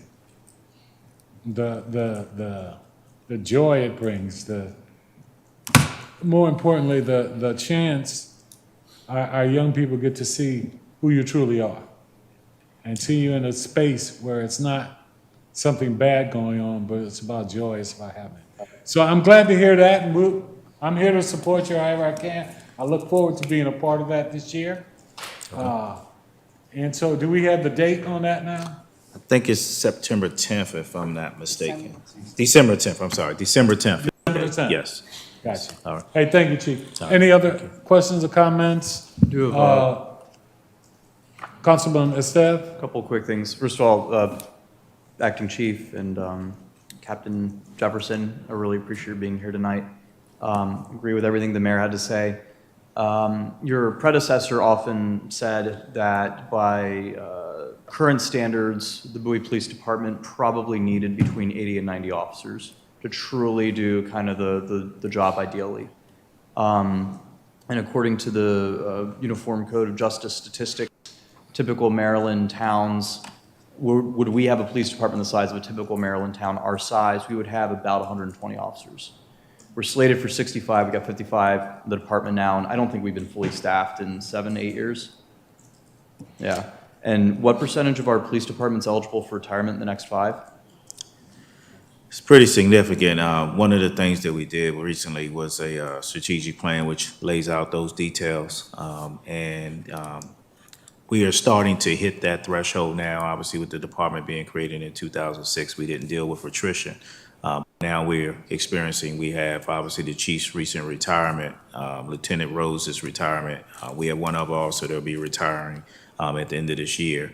So we're starting to hit that mark where officers are reaching eligibility for retirement. So that adds to the challenge of not only filling the currently vacancies, but also maintaining the staffing levels that we have as we go forward. So, that's something that, we'll continue to work with. We made some recommendations within the strategic plan that I'm sure we have an opportunity to discuss that at a future date. Well, your department punches well above its weight. I mean, you're operating with half the cops of a typical town our size would have, and you continue to do an excellent job. Response calls continue to be very, very rapid. We don't get a lot of complaints at all. You continue to enjoy tremendous support from the community. And on top of it all, as the mayor pointed out, you do all of the extensive community outreach. You probably put on, I think, the best national night out in the region. You do a really, really, really good job. But I do want to make a note, especially for some of my colleagues, that in next year's and future year's budgets, we're going to have to deal with the reality of a quickly aging and retiring police force. We're going to have to deal with the reality that a lot of our new young police officers spend 3 years with us and then start getting calls from headhunters at one of the 34 agencies within a stone's throw of here that are able to offer a lot more money. Cover your ears if there are any police officers in the room. But I recognize that there are real challenges there. I know we've talked before that money isn't necessarily the end-all be-all with recruitment and retention. That when push comes to shove, we're always going to be outgunned by the feds. I get that. I realize it's not just going to be a budget solution. We as a council unanimously agreed on a letter to the state asking for money to help set up a talent recruitment pipeline in conjunction with other municipalities in the state of Maryland, similar to what they did with the cybersecurity workforce talent pipeline last year. It's a small step going forward, but I understand from our friends in the General Assembly there's some interest in that. So we're just going to have to do a lot of work to repair, unfortunately, the reputational damage that the profession suffered, less so here in Bowie, I certainly think, but nationally and frankly internationally as well, if you follow the international news. It's going to be a long road ahead, but you guys continue to put the best possible face on the profession. Bowie continues to be a shining example of law enforcement done right for the region and the country, and I'm just really look forward to the next few years because I know under your leadership and your new command staff, I know you're going to continue to carry that torch forward, literally and otherwise. I appreciate the support, and I think, it's attributed to the work that the men and women of the police department do on a daily basis, and it's something that they earned in terms of the support of this community is well appreciated, and it's something that we continue to want to provide that service that allows us to be, and I hear all the time the comments of visibility and presence, and we would like to be, but the city is 20 square miles, and we would like to cover more areas of that, and we're working on a plan to do that, but we need staffing levels in order to accomplish those things effectively. Well, as I frequently tell residents who talk about presence, we have 193 miles of street in Bowie, more than any city outside of Baltimore in the entire state. So a cop on every corner would mean about 350 cops. And I always ask them what's in their wallet when they talk about that. But you guys really do continue to punch above your weight, and your implementation of technology, especially with the new mobile speed cameras, is going to go a long way in kind of helping act as a force multiplier. So thank you. Thank you. Councilman Hawkins, did you have something to say? All right. Everybody good? Councilman Dufour-Wolf. Thank you, Mr. Mayor. Just a quick echoing comments. I won't repeat the mayor's comments or Mr. Stav's as well, but thank you very much. Fantastic work for the entire, police force, and great leadership, and greatly appreciate your work. Quick question for you. On the traffic accidents, if I remember from the last presentation we had, 197 was our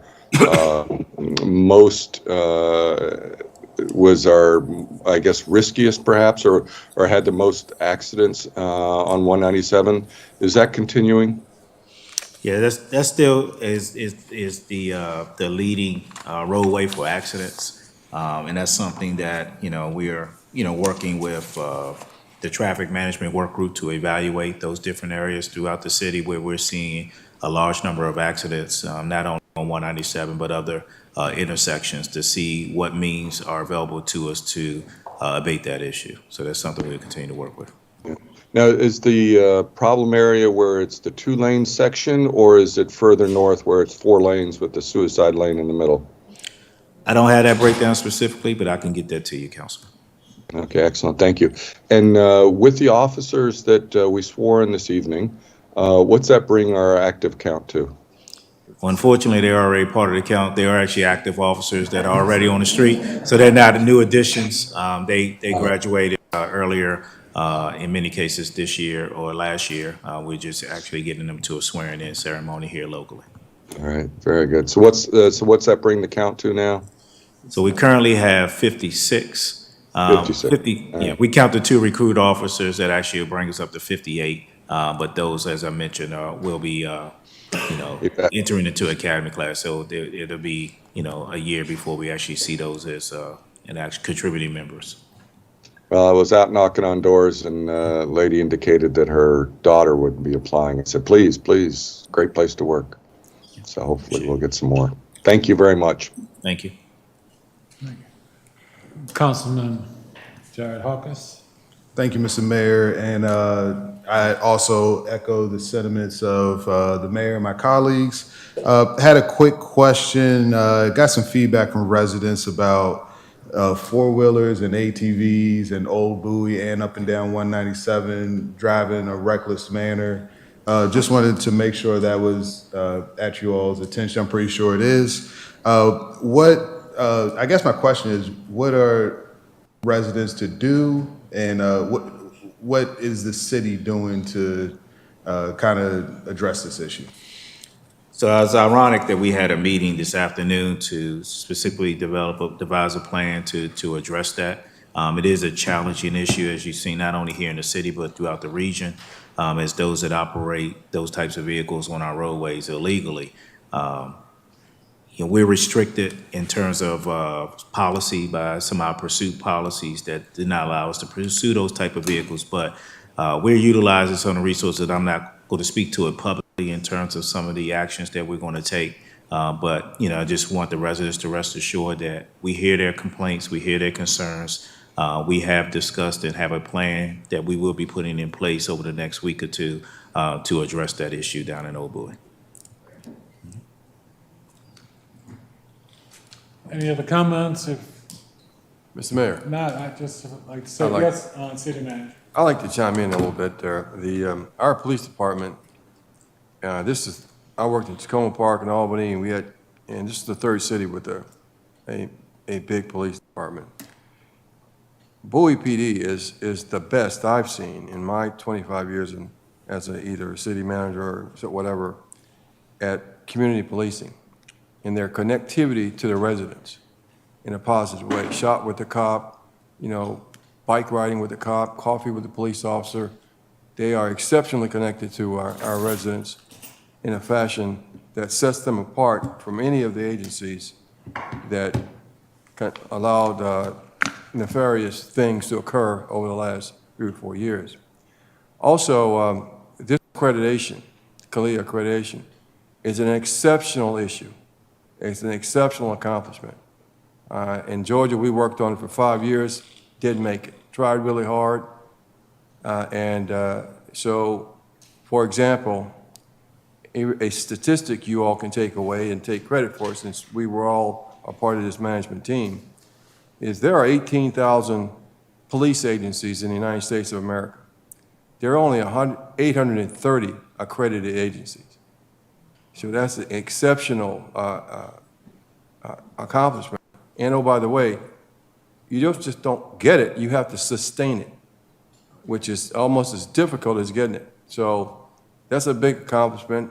It shows that we have, while it occurred, we had the right leadership in the right place to give the right guidance, and that our recruitment, from recruitment to operations to support, all that was in line with what the best of policing is in the United States of America, which is my point. Thank you, sir. Thank you, city manager. Thank you. Good to know. Any other comments? Chief, to you, to all of you, and I direct it to you, but to our entire Bowie Police Department and all those that support you, and to your families, we say thank you, and we appreciate you. And thank you for being here this evening. Thank you, Mayor. Thank you, members of the council. I do want to acknowledge, I'm sorry, Lieutenant Sean Swartz is here. He's responsible for our administrative operations section, so I wanted to acknowledge his presence also. So have a good evening. I'd like to say thank you to you as well. Well, I will entertain a motion at this time. Mr. Mayor, I would like to make a motion to adjourn and move to closed session. Under statutory authority of Maryland State Annotated Code, General Provisions, Article subsection 3-305B7, to consult with counsel to obtain legal advice. Second. It's been moved and properly second. All in favor, please respond with an aye. Aye. Opposed, same favor. Hearing none, motion carries. I'd like to thank everyone for hanging in there. I know this was a very long session. We got a lot done. I thank my colleagues for working with us on it and helping to adjust the agenda. And we are going into closed session at midnight. At midnight. And I would make another comment I didn't say earlier, and because we're off the record, please remember next week is Halloween. We need to make sure our kids stay safe. Be careful out there. Thank you.